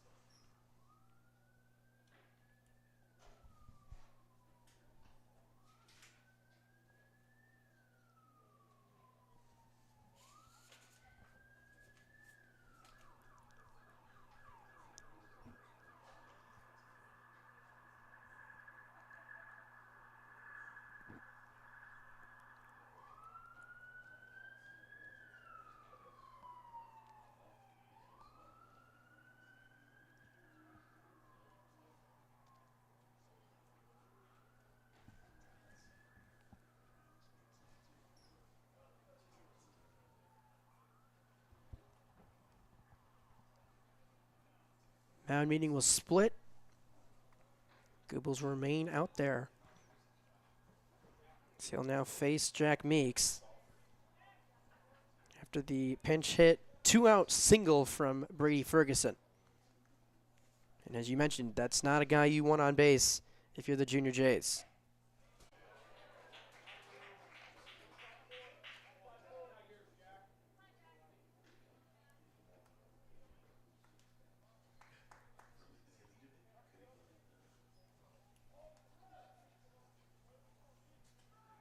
Oh, 1. Make it 0-2.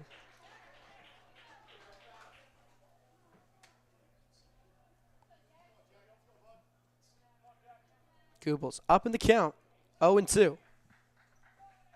Looking to get out of the inning. That one in the dirt, blocked well, though, by Caniglio, keeping Ferguson at bay.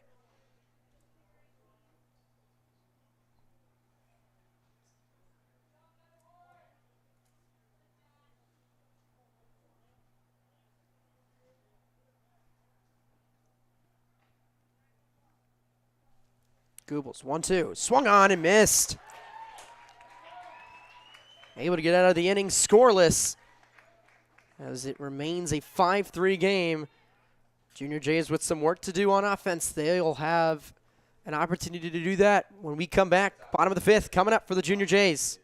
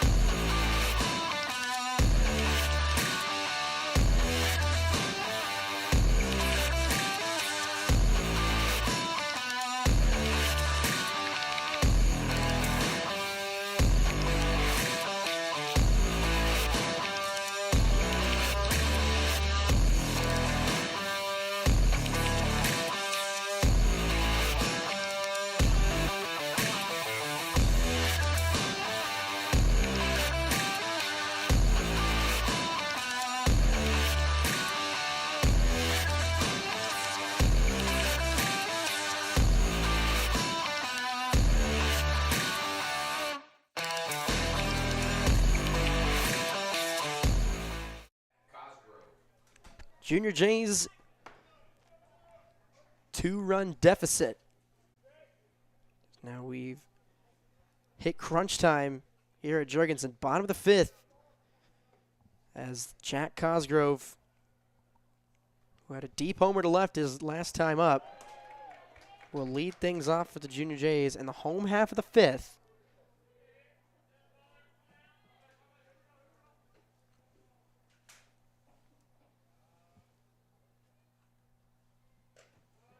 Oh, 1 is down and away.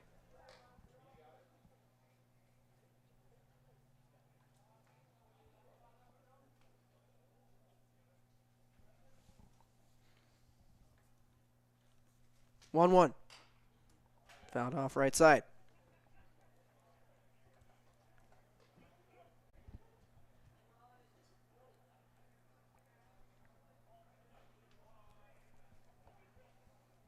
So now we've got a bit of a delay. It's ball out in right field. Get that cleared up.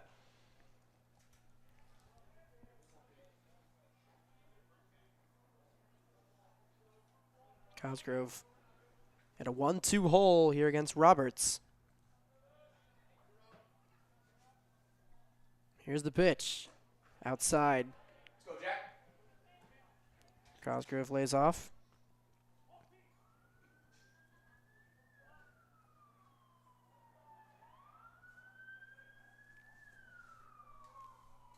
Count even 2-2. Pitch from Roberts. Skied very high to the right side. On to make the catch. Great job, Jack. No, What do we have to? Great job. it's dropped, and a heads-up play from Cosgrove puts him on second. Well, I mean, that's, typically they say in other sports, play till the whistle, but, play till the umpire says something there. And, Williams had it and then stumbled and dropped it. And, that's how Cosgrove ends up, and now a pinch runner coming out for him. Fielder Charlie Ziola.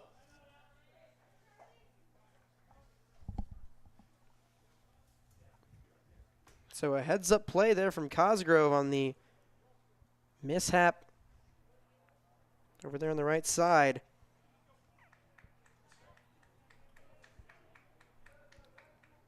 Put a runner on second. I believe they just pinch ran for the pinch runner. It's Ben Marquis that will come out to pinch run for Cosgrove. Pitch runner for Cosgrove, Ben Marquis. Interesting decision here in the fifth. Now it's Ziola coming to the plate here with the opportunity to cut into this Wildcat lead as he does represent the tying run. He'll show bunt. Pull away and 1-0.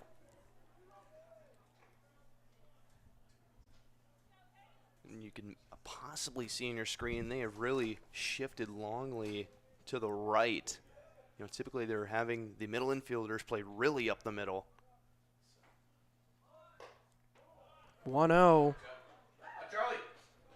Charlie Ziola able to just pull it back in time to move the count to 2-0.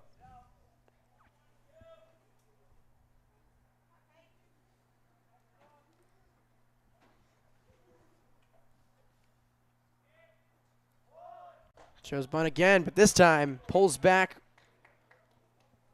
And a called strike will push it to 2-1.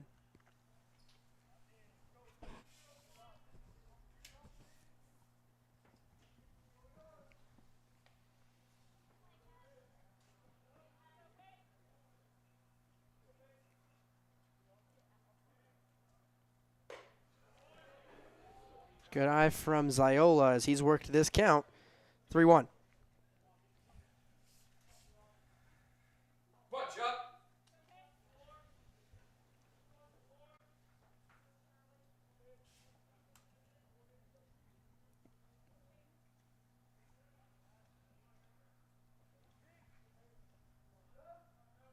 Hitters count for Ziola. Not a bag. That one upstairs.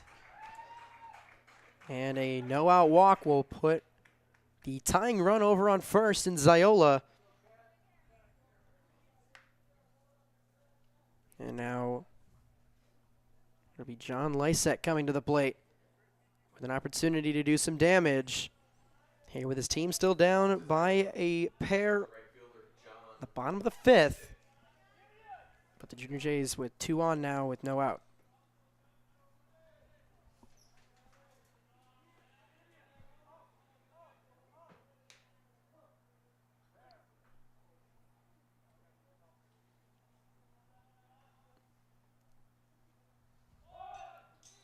As Lysek will bunt that one right back to the screen.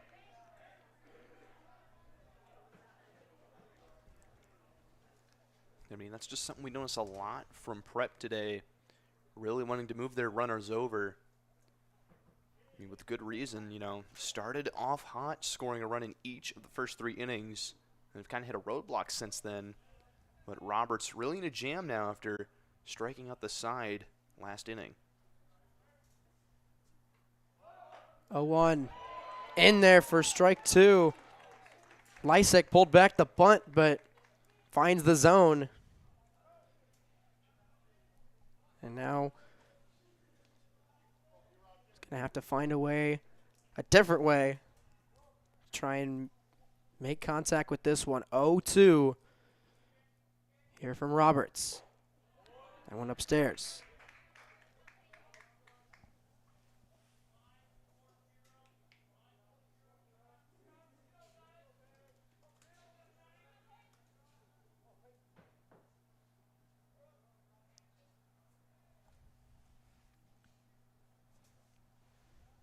Now here's the 1-2. In there, strike three.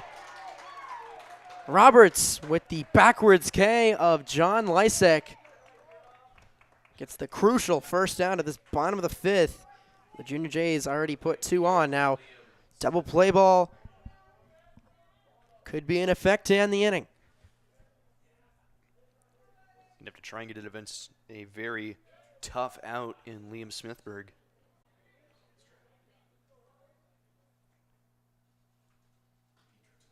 That one will get away from Kidd to the backstop. Both runners will move up 90 feet. As that makes things very interesting for Smithburg. Takes away the double play ball, and now tying run up into scoring position.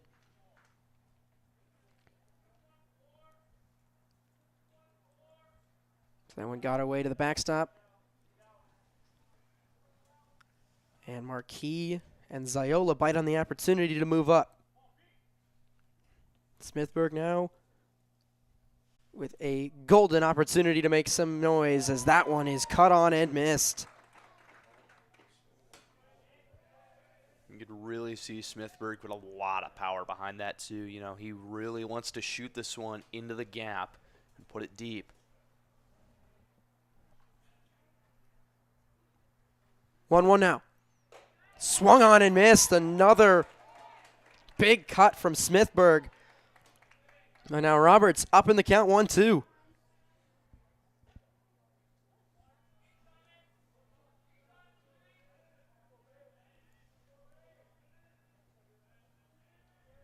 Turning point in this one. The 1-2. Upstairs. Count even.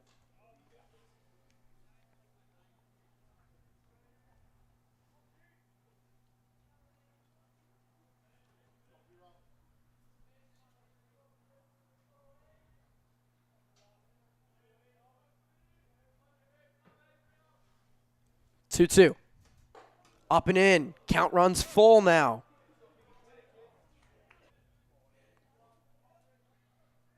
The payoff.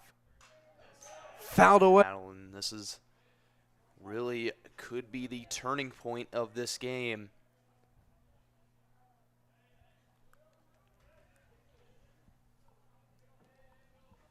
We'll do the payoff pitch once again.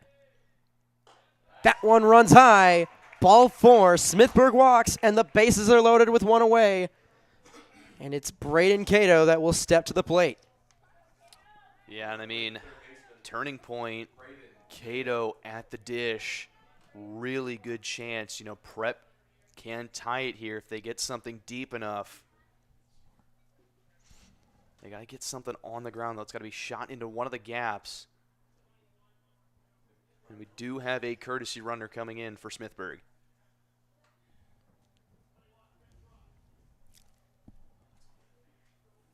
So it'll be Quinn Peterson coming in to run for Smithburg. And a mound meeting for the Wildcats. Pitch running for Smithburg, Quinn Peterson. As that might be the day for Roberts. We will see. And I did see action in the bullpen. So I wonder if the Wildcats turn to Schulting here.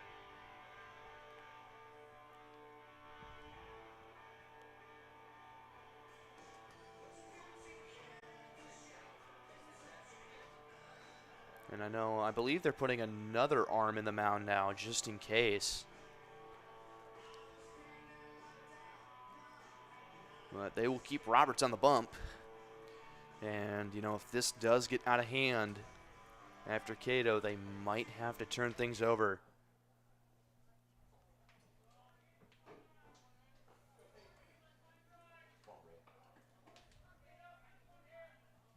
So now bases loaded, 1 out for Braden Cato. Fouls that one away. Come on, Brady. I mean, you can just kind of feel the atmosphere here from Jurgensen, you know. Everybody's tense. It's really quiet. I mean, Cato a huge opportunity right now.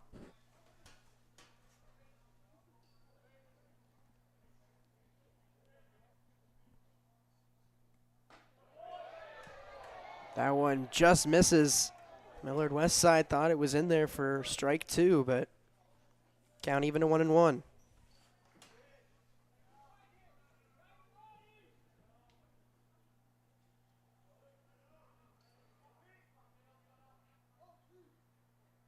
One.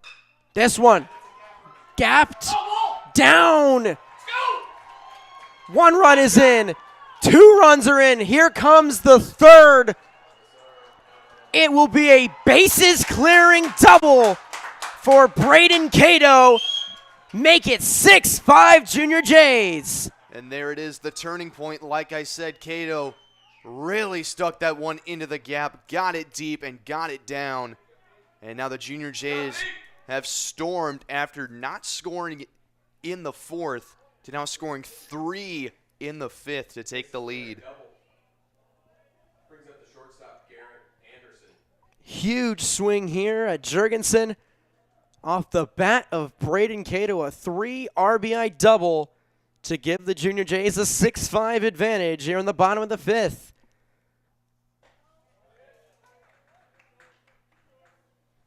It'll be Garrett Anderson now.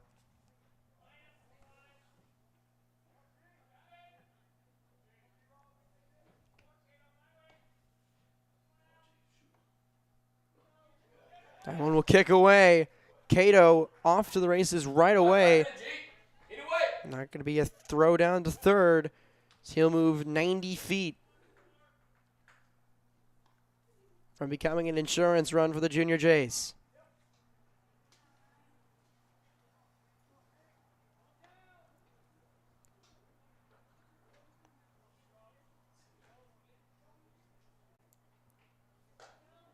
That one catches the outside part of the plate. It's 1-2.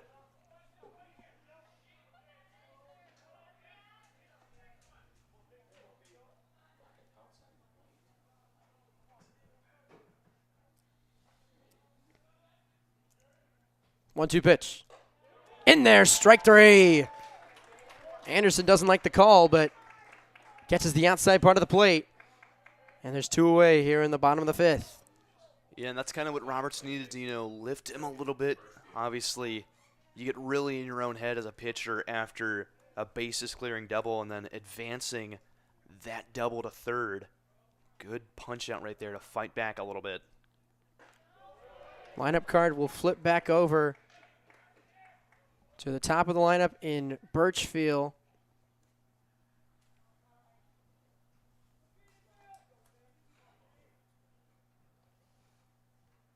Here with 2 away.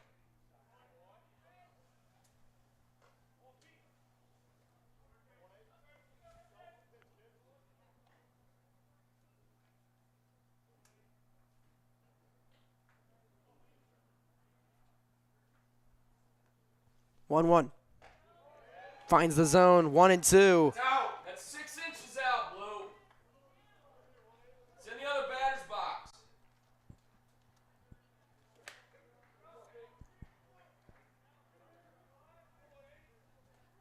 1-2 to Birchfield.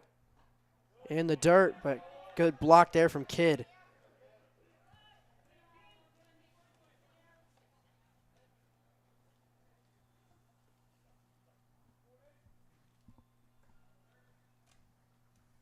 Count even, 2-2.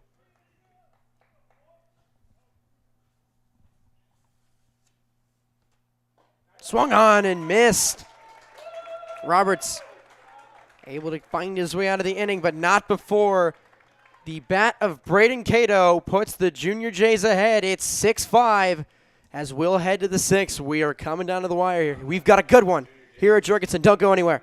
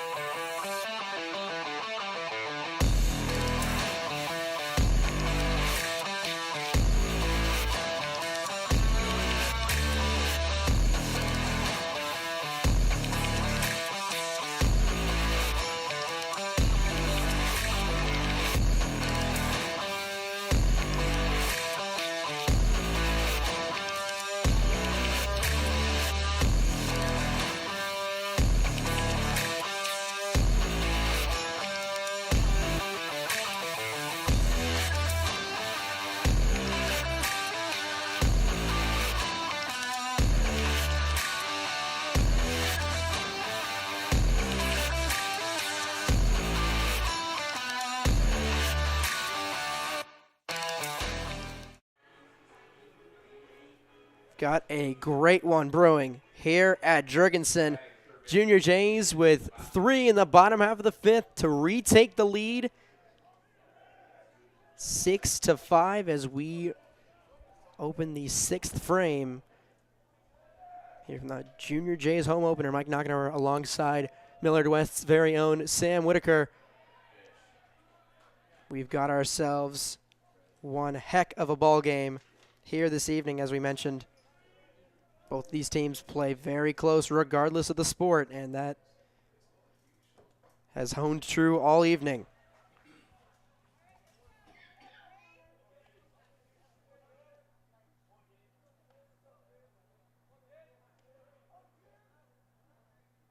Oh, 2. This one going to be slapped into center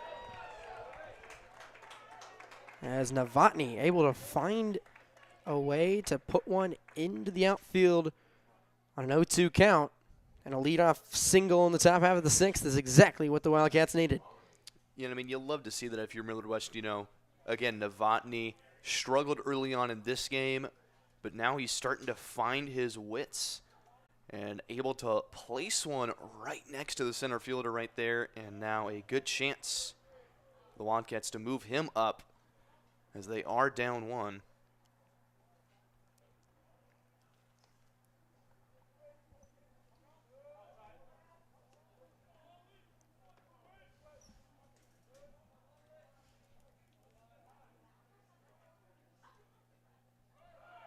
Runner goes as this throw from Caniglia is going to sail into center field. Anthony able to corral it, and that is Daniel, the courtesy runner, who nearly got nicked off there at second, but he's able to find his way back to the bag.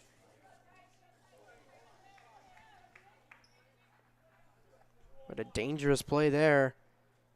And again, Jake Daniel, one of those guys, also first year on varsity. It seems like we're saying that a lot for both these sides. A little bit of inexperience, a little bit of experience, kind of mixed in, a bit of a melting pot between these two teams and their experience. We're kind of seeing some of the young guys rise up here in the later innings.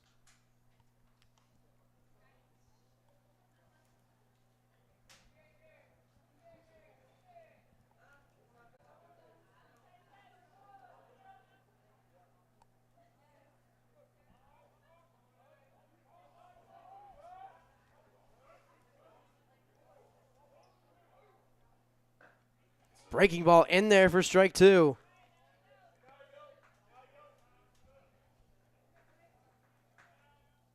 Tyson Longley 2 for 2 on the evening.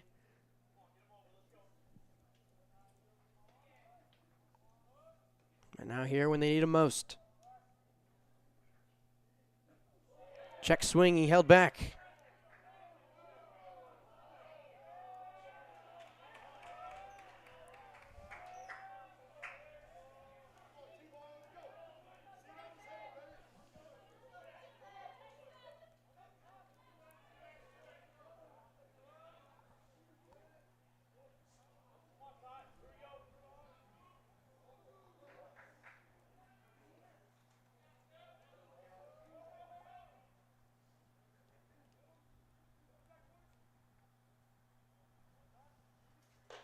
Goebbels finds the top half of the strike zone, and he'll punch out Longley. What a pitch there from Goebbels, and a huge first out here in the top of the 6th. Yeah, again, mentioned huge out in the 6th. Obviously, with a man on second into scoring position, really got to cut down any hope for the Wildcats in the back half of this game.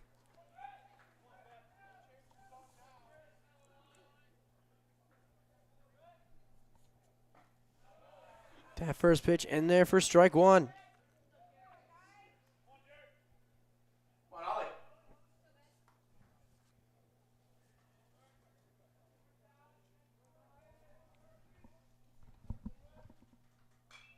That one fouled off. It's 0-2.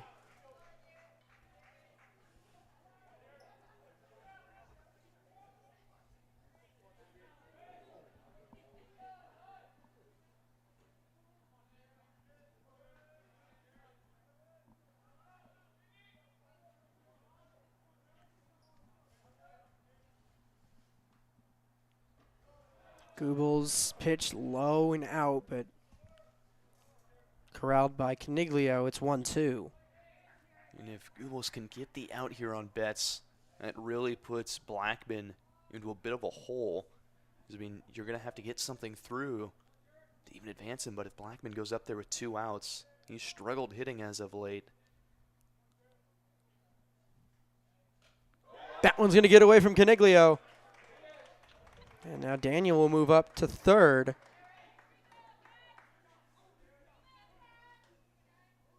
And Betts has worked the count even 2-2.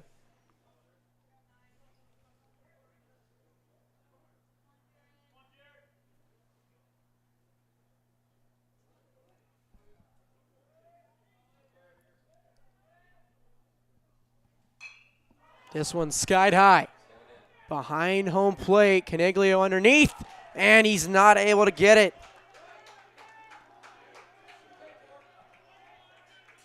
So a break here for the Wildcats. And a second life.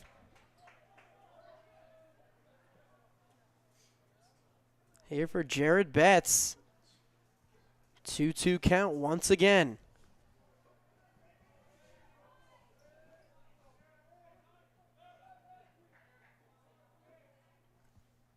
Pitch from Goebbels. This one skied to the right side. It will most likely stay in. Birchfield able to make the catch. And Daniel will stay put at third. So the Junior Jays able to get the second out of the inning. But now, as you mentioned, Jake Blackman stepping to the plate. Yeah, and you can see Betts obviously very frustrated with that because, got a second chance. And then he just did the same thing again, just popped it up. But now Blackman just got to get a single here to bring in Daniel and tie this game up. First pitch down and away, ball 1. Blackman, another one of those guys that was on the summer team for the Wildcats, and he really led the way. Good breaking ball there from Goebbels. So you mentioned first year on varsity, but he's appeared in a lot so far for the Junior Jays. They need him here. A 1-run game in the 6th. This one grounded to short. Anderson's throw to first is in time. Goebbels retires the side. He's through 4 innings in relief, and the Junior Jays will take a 6-5 lead into the bottom of the 6th. You're watching Class A Baseball right here on CPSN. Don't go anywhere.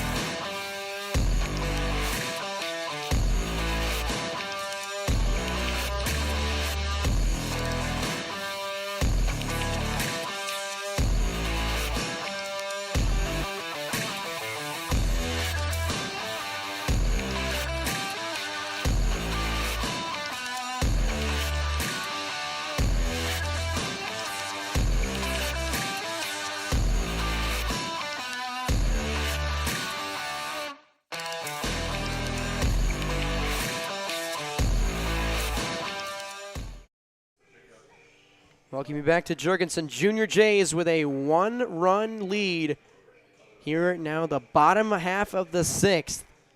pitching change for the Wildcats, their third arm of the night. Sam, what do you got for us? Yeah, well, Millard West going with another guy who doesn't have any varsity experience. This is his first taste, Rowan Schulting.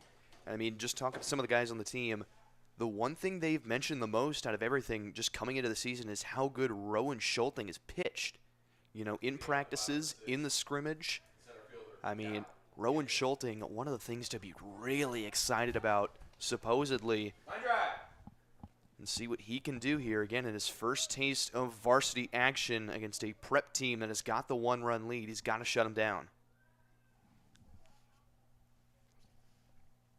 You'll see Cal Anthony to start things off, 2 for 3 on the evening. So he'll face 2, 3, 4 of the Junior Jays lineup.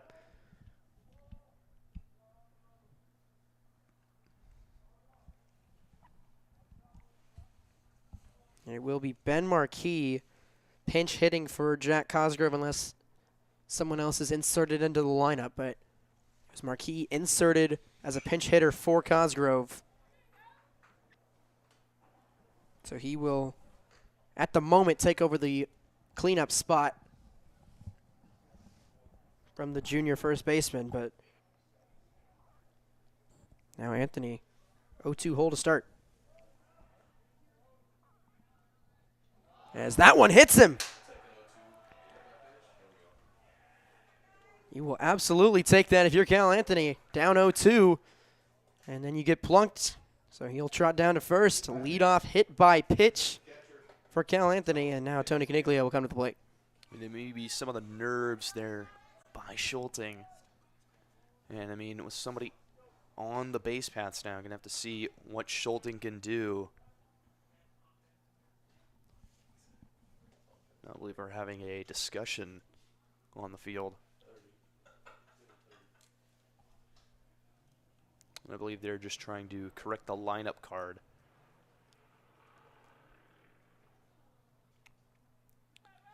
But again, a bit more about Schulting, you know, looking to be the bona fide closer for the Wildcats. And their closer last year was a third baseman in Nick Ventiker. Obviously, he is now at Creighton University, and he's making some big waves early on in his collegiate career.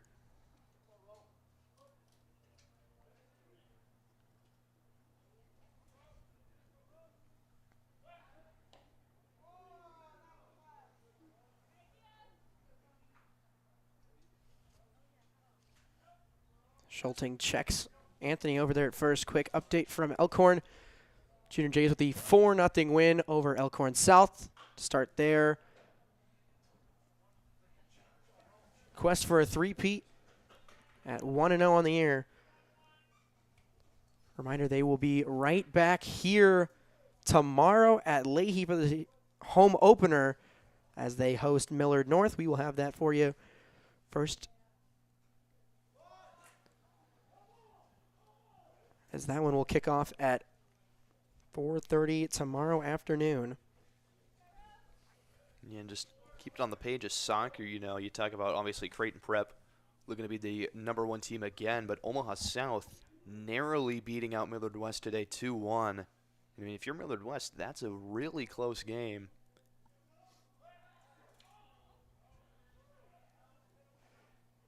Yeah, all three of those teams you just mentioned, all four actually, including Elkhorn South, all ranked in the top 10. Start off the year. But it's the Junior Jays and the Packers that will pick up the wins this evening, as they will both face off at Omaha South on Thursday. One of the most heated rivalries in all of Nebraska soccer. So we get that one early this year. Back here, Caniglio works the count 2-2.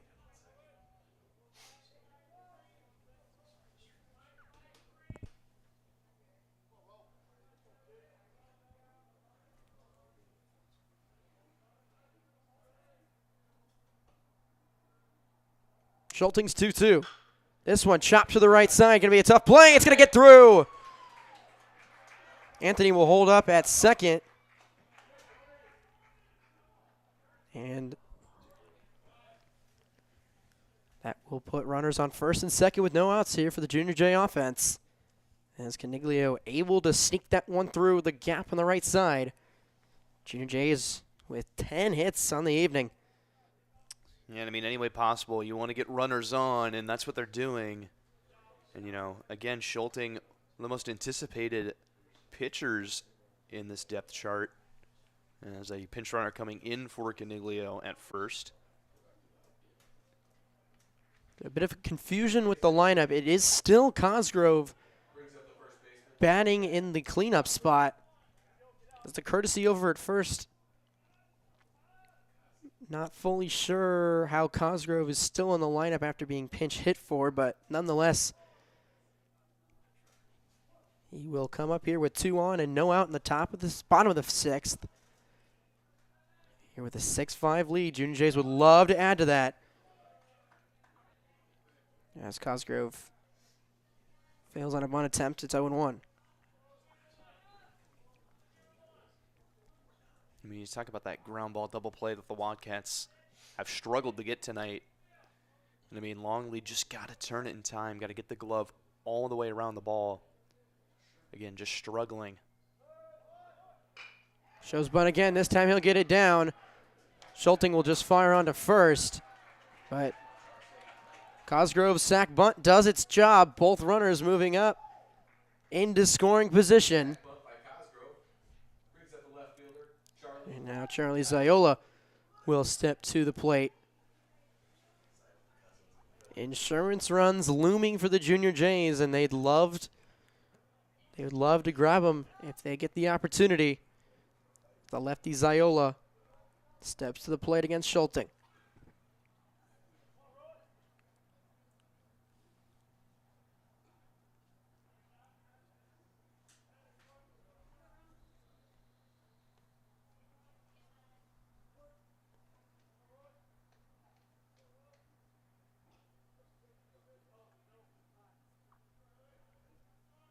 Schulting's first pitch. Upstairs, ball 1.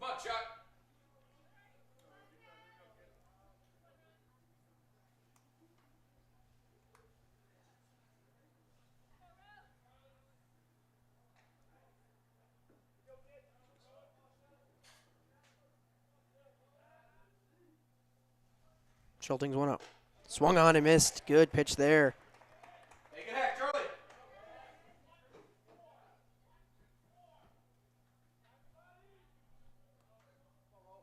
Come on, Char. Get it done, bud. Count even, 1-1.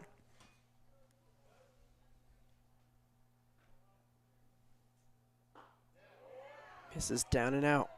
Schulting looking to get out of this jam. Ziola looking to cushion that Junior J lead.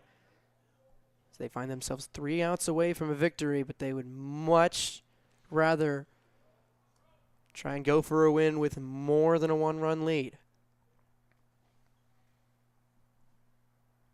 2-1 in there, strike 2, even count.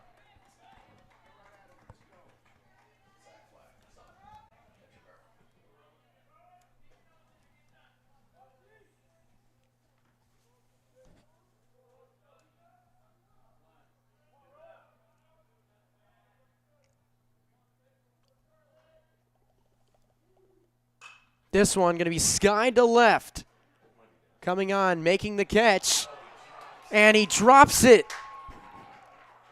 Another error by the Wildcats on fly balls. And the Junior Jays played another at 7-5.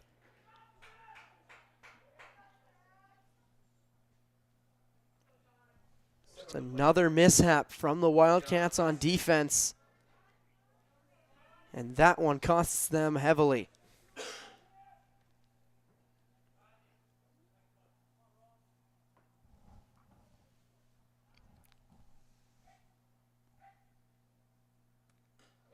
That one gets past Kidd. Both runners will move up into scoring position.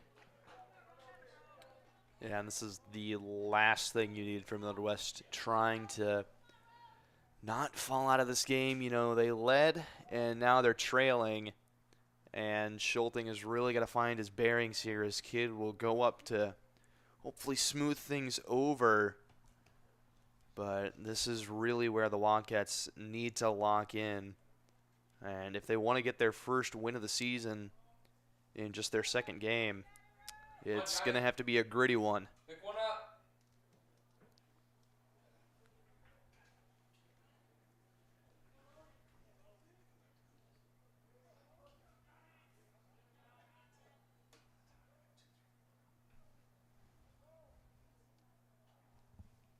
1-0 to Lysek. Big hack there as he fouls it off and loses his footing. Swinging out of his shoes.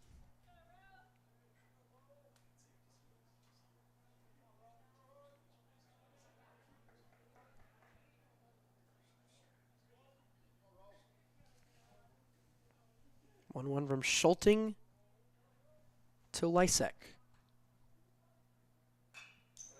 Fouled off again.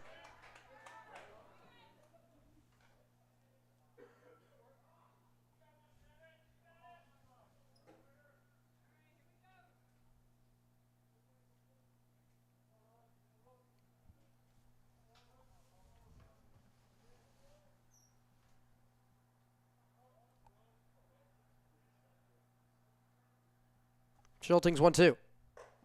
Upstairs count. Back even 2-2.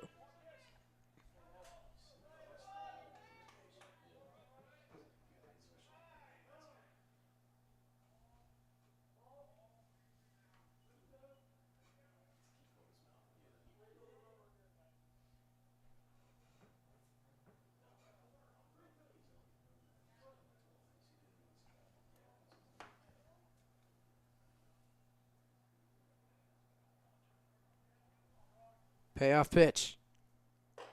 Upstairs, ball 4. Bases loaded with 1 away. The walk to Lysek brings up the DH, Liam Smithberg. Blow the hand, Smitty. Come on, bud. Barrel, Smitty.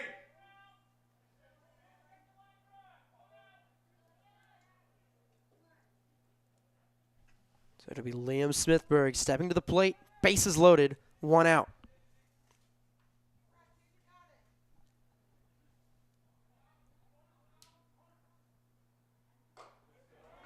Good pitch there from Schulting.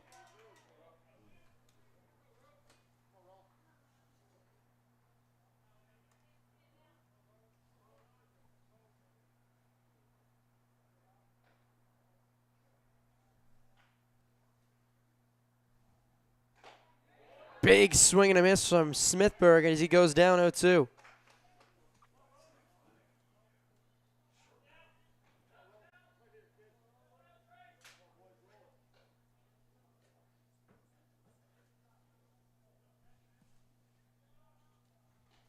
Pitch. Chop to the right side. There's going to be no play at second. They're just going to get one at first. So Smithberg does his job as he drives in Lysek from third. Now 2 away with a runner on second and third. Good job, Smitty. Now batting the third baseman, Braden Cato. Now Braden Cato back to the plate. Come on, Brad, pick him up. Had the go-ahead 3-run double back in the 5th. Got an opportunity to add to the Junior Jays' now 3-run lead here. He's going to do just that. 1 run is in. Here comes another. Make it a 5 RBI night for Braden Cato. It's a 10-5 Junior Jay advantage.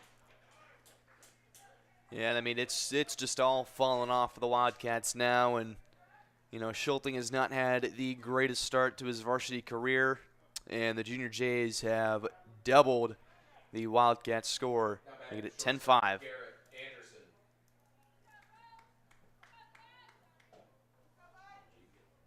So Braden Cato, have yourself a night. 3 for 4 on the evening with 5 RBIs. as the Junior Jays have plated 7 in the 5th and the 6th to blow this one wide open and give themselves a 10-5 lead.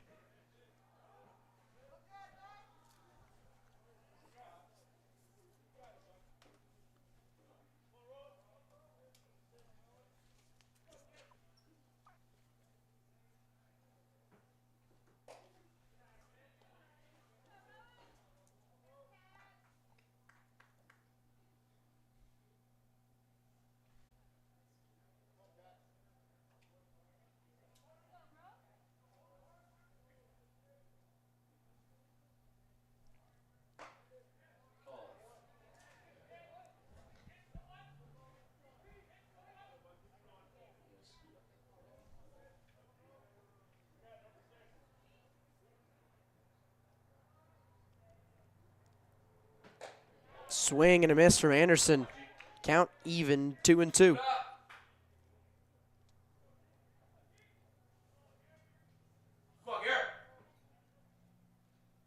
this point, Schulting just trying to get out of the inning.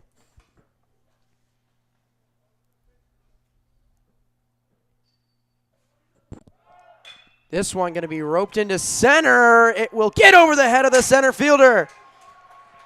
Cato's going to come around to score all the way from first. Anderson's going to fly his way all the way to third. He's in there with an RBI triple. Add another one. It's 11-5 Junior Jays.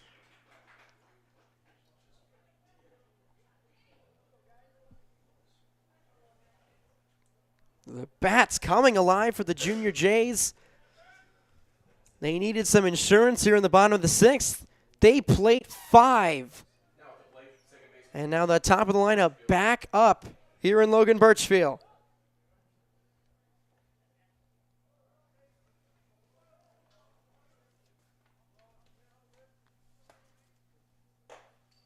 That went in there for strike 1.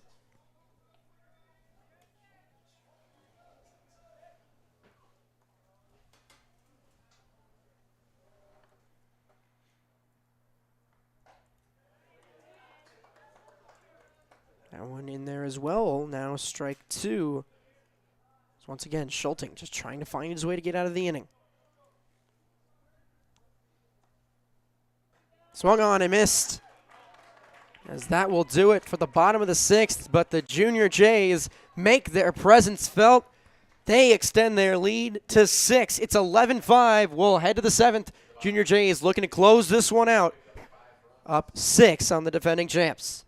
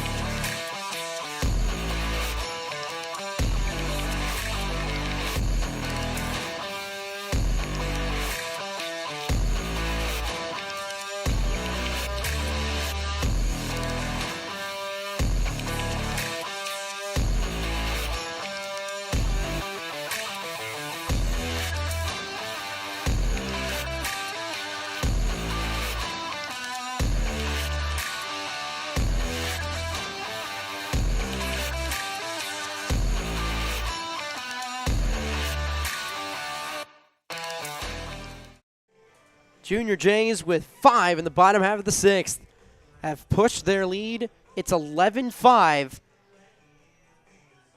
Now the Wildcats, it's do or die. Top of the 7th, a new arm for the Junior Jays. It's Tony Caniglia, who's been catching all game long. He will head out to the bump to try and close this one out. 3 outs away from a Junior Jay win. Trying to pick up victory number 1 of the 2025 campaign. So he'll start things out with a strike to Colton Williams. And you got to wonder, how the knees feel on Caniglio right now. Again, he's been behind the dish all day. Swung on and missed. It's 0-2. First appearance pitching this season for Caniglio. Didn't appear at all last year. But here he is looking to close this one out. That one down and away. So with Caniglio in at pitcher, it's Bo Reverts now behind the dish. And Teddy Stratman out in center, replacing Cal Anthony.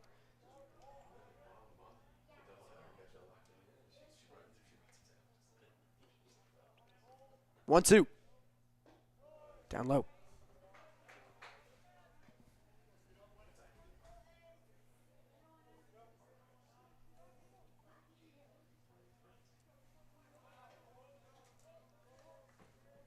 Even count 2-2. Swung on, fouled away by Williams.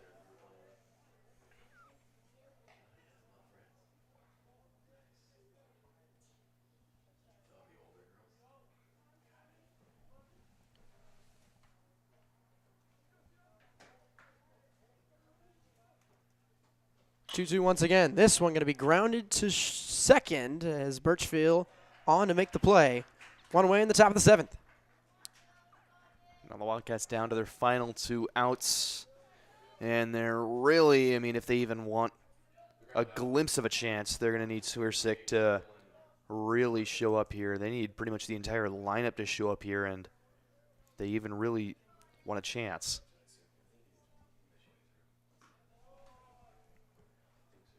Spike ball from Caniglio, 1-0.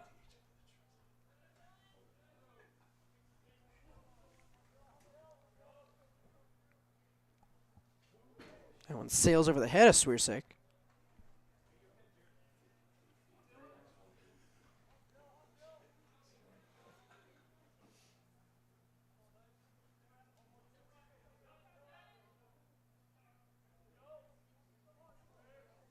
Two up. Swung on and missed.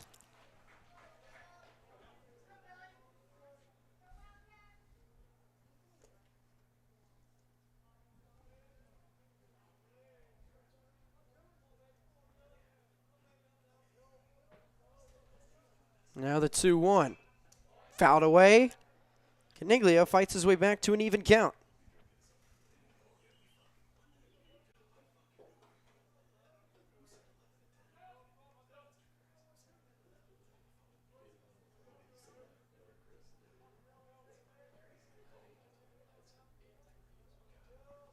Two. Up and in. Full count.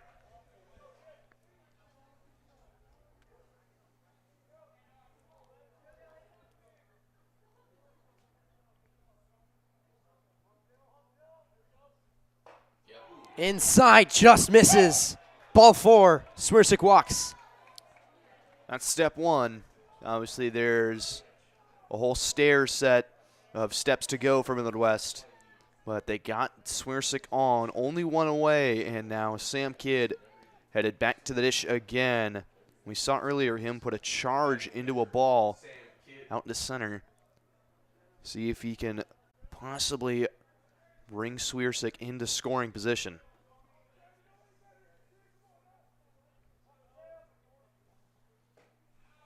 That one in there for strike 1.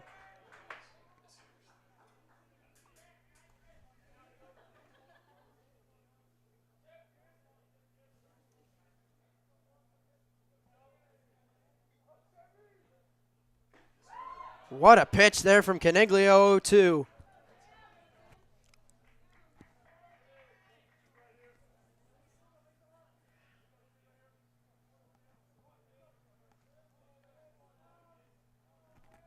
Oh-2 pitch. Ripped down the left field line. That'll get through the gap. And now 2 on for the Wildcats here in the top of the 7th.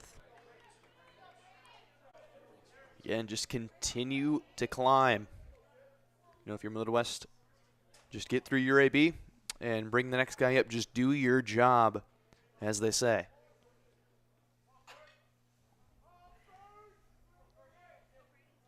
Coming to the plate, number 16, Brady Ferguson. Now a quick little meeting between Reverts and Caniglio.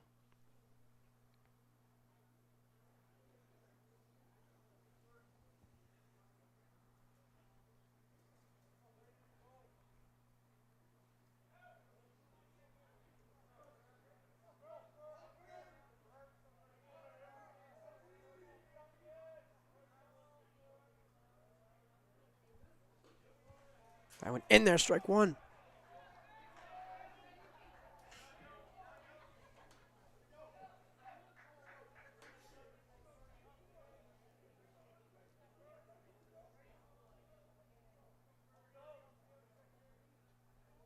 Ferguson trying to keep the Wildcats alive. This one skied center field. Stratman is back. It's over his head. Off the wall. They're going to send home Swiersek.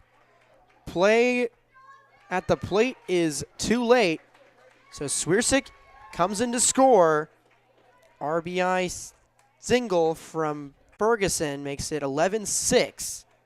Yeah, and you may have been able to see, I mean, Ferguson was wheeling right there. You know, it got over the head of the center fielder, and he was going to go to second, but the man in front of him just a little too slow, and he had to retreat back to first.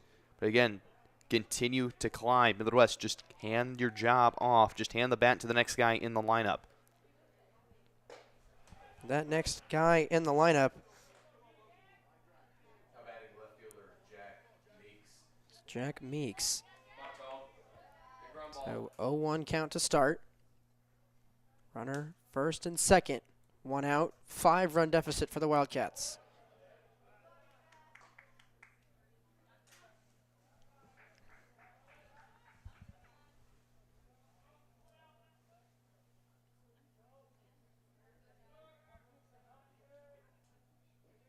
That one in the dirt.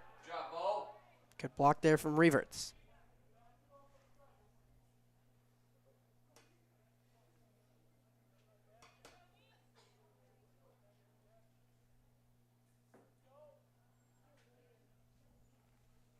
Two one, fouled off. Count even 2-2.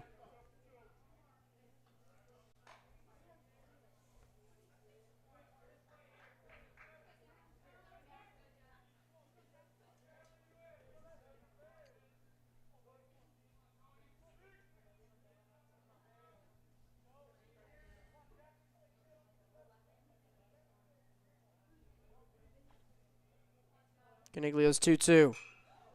Fouled away. Meek stays alive.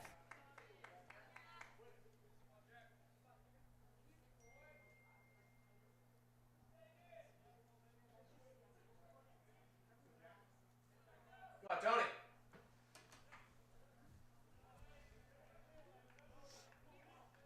2-2 once again. That one just misses. Count full. It's a great job by Meeks right there, fighting back. Full count. Runners on first and second. See if one of the young guys in this lineup can put something over the head of the infielders. Payoff pitch. Upstairs. Ball 4. Bases loaded. And all of a sudden, this game just got a lot more interesting. Yeah, and I mean, again, it's getting interesting and it's getting late.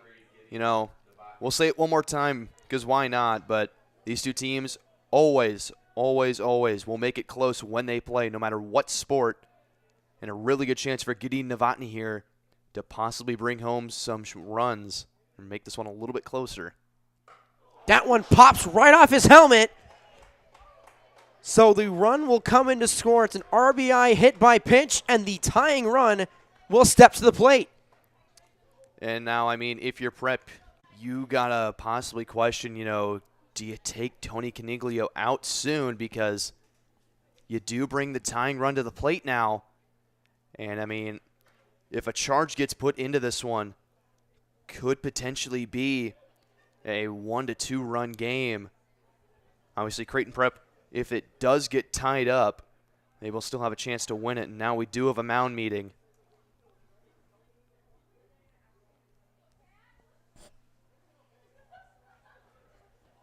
So mound meeting, and there will be someone that will head out to the bullpen for the Junior Jays.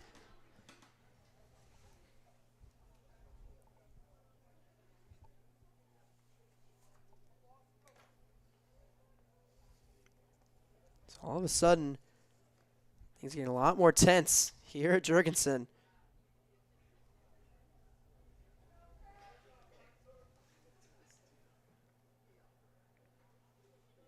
Caniglio will stay in the game.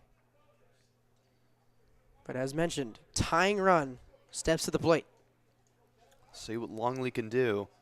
Again, a couple of fielding errors. A couple of fielding errors earlier. Now at the dish, good chance. That one away for ball one.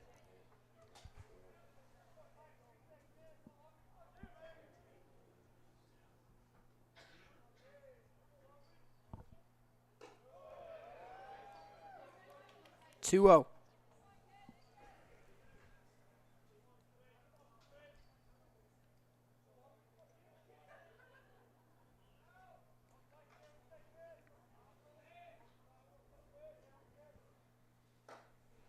In there for strike one.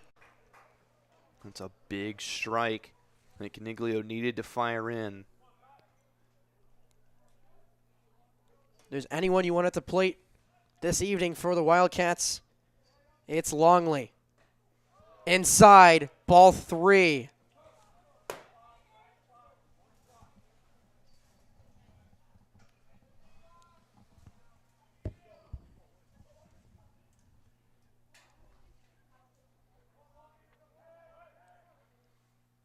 Swung on and missed. Count full. Yeah, and, you know, we haven't seen too much of Tyson Longley at the varsity level. We don't really know what kind of power he has. But we have seen earlier today he can put stuff into the gaps. Swung on and missed. A huge strikeout there for Tony Caniglio as he gets the second out of the top of the seventh. Now the Junior Jays 1 out away from closing this one out, but tying run still at the plate for the Wildcats. That one in the dirt, but blocked by Reverts. Last thing Junior Jays need right now is anything that will give up a run.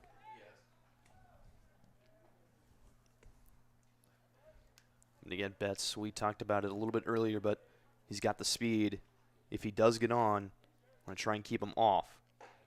In there, strike one. And this might be Caniglio giving his last push here. You know, 2 away, just 1 out away from winning it. The 1-1. Low, ball two.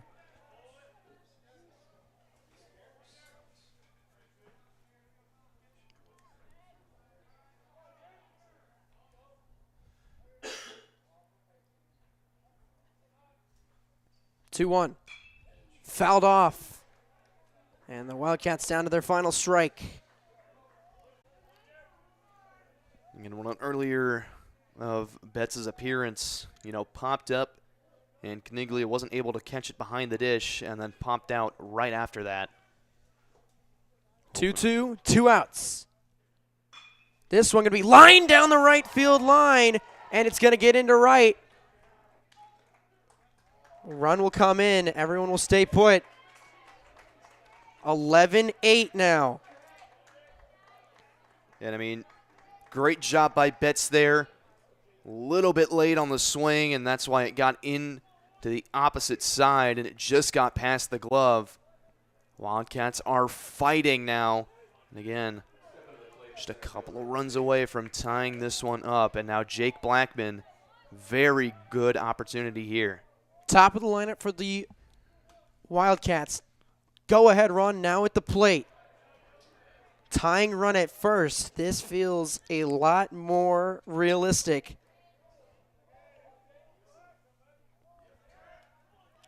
For the Wildcats, 11-8. They've cut the lead to 3.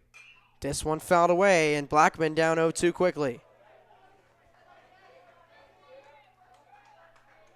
Work, Bo.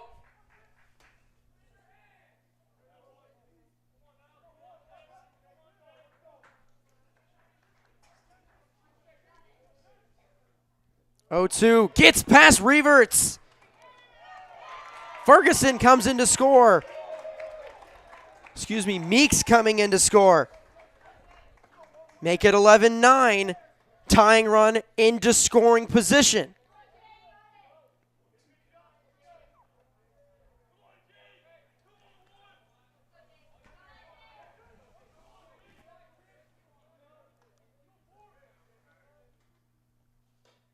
Caniglio's 1-2 nearly gets away.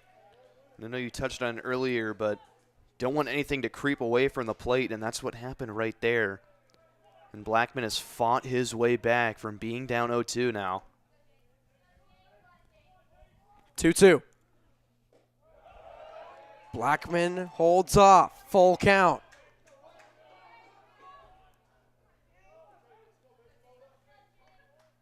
Blackman likes to pull a lot of his hits to that right side.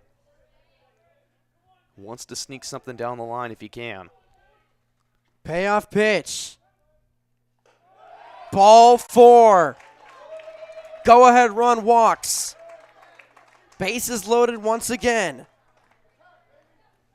And again, it goes back to when do you take Caniglio out? Because, I mean, it is getting very close for comfort for the Junior Jays right now. Obviously, Millard West only down 2. And now Colton Williams with a really good chance, and we have some time taken.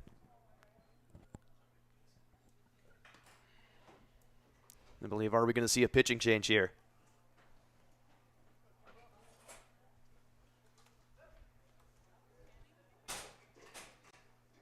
Believe we may. And we will. They will bring in the ace, John Lysek, to try and close this one out. As we'll step aside. Don't go anywhere. Finish of this one coming up. 2 outs, top of the 7th. Wildcats with the tying run on second and the go-ahead run on first.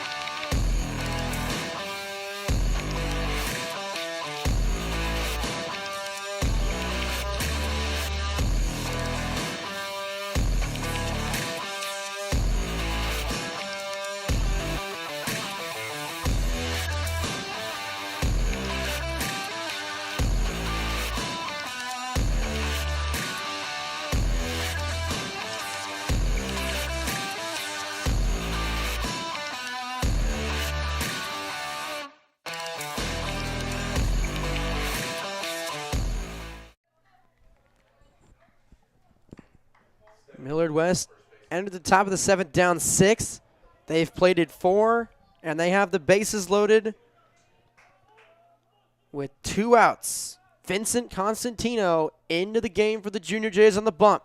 Colton Williams, the sophomore, at the plate for the Wildcats, who have been down to their final strike multiple times at this point. And they've crawled well within striking distance with the tying run on second. That one low. Breaking ball from Constantino in the dirt.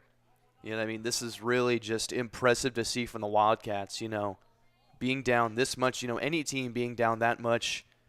I mean, you might just think all hope's lost, but this Millard West team, again, looking for their identity this year after losing key guys in Lewis and Ventiker, and now they have found some guys that are really going to lead the push this year.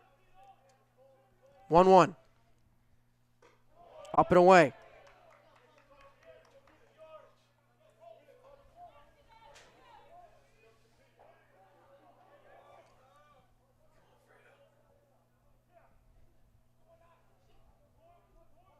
Williams is going to receive the 2-1. Outside. Hitters count now. I mean, wow. That's all you can say at this point. 3-1. That one down and in. Ball 4. Tying run will move up to third. Millard West within 1. I mean, this is just absolute insanity, to put it lightly. You know, Millard West fighting, and I mean absolutely fighting. They are not down, and they are certainly not out. They've been down to this final out for a little bit. Now they go to Swiersick. Strike 1. Junior J has plated 5 in the bottom of the 6th. Millard West has now plated 5 in the top of the 7th. Swing and a miss. Swiersick down 0-2. See if Swiersick can fight back here. You know, a couple of guys have been down 0-2 in this inning. Really going to have to foul something off, though, if it's in the zone. 0-2, down and in. It was Williams that led off this inning. Swiersick walked with 1 out. And now he's back up with an opportunity to do some damage. That one in there, strike 3! Constantino slams the door, and the Junior Jays are going to escape. My goodness. What a game. I mean, what a game is right, maybe even an understatement, Mike. I mean, wow. Just for the Wildcats to fight all the way back, you know, that's something to be proud of. You know, obviously you don't get the win, but a heck of a duel between these two sides. And guess what? They're going to do it again on Thursday. Both these teams will meet again at Millard West on Thursday. But my goodness, they gave us a instant classic here at Jurgensen this evening. But it's the Junior Jays closing it out at the end, squeaking by with an 11-10 win to pick up their first win of the season. They'll improve to 1-3, and Millard West falls to 0-2. Another 1-run loss for the Wildcats. You know, it's tough for the Wildcats, but again, something to really be proud of. I mean, nobody in their mind would have thought Millard West, especially this year, would have, fought this much back. You know, a 1-run loss, it does hurt, but man, something to just look back on and be really happy with, I mean, despite the loss. Well, that will do it from us here at Jurgensen Park this evening. Thank our cameraman, Colton Alder, alongside my good friend Sam Whitaker. Sam, once again, thank you so much for joining us here this evening. Always a pleasure to work together. Yeah, but absolutely. That will do it here from Jurgensen this evening. Your final score, Junior Jays 11, Millard West 10. We will sign things off. Reminder that tomorrow the Junior Jays soccer team will open things up at home at Leahy at 4:30. We'll have coverage for you right here on CPSN. But from us here at Jurgensen this evening, we will sign things off and say goodnight. Once more, Junior Jays 11-10 win in a thriller. They pick up their first win of the season. Good night, everyone. Thank you so much for tuning in, and have a great rest of your week.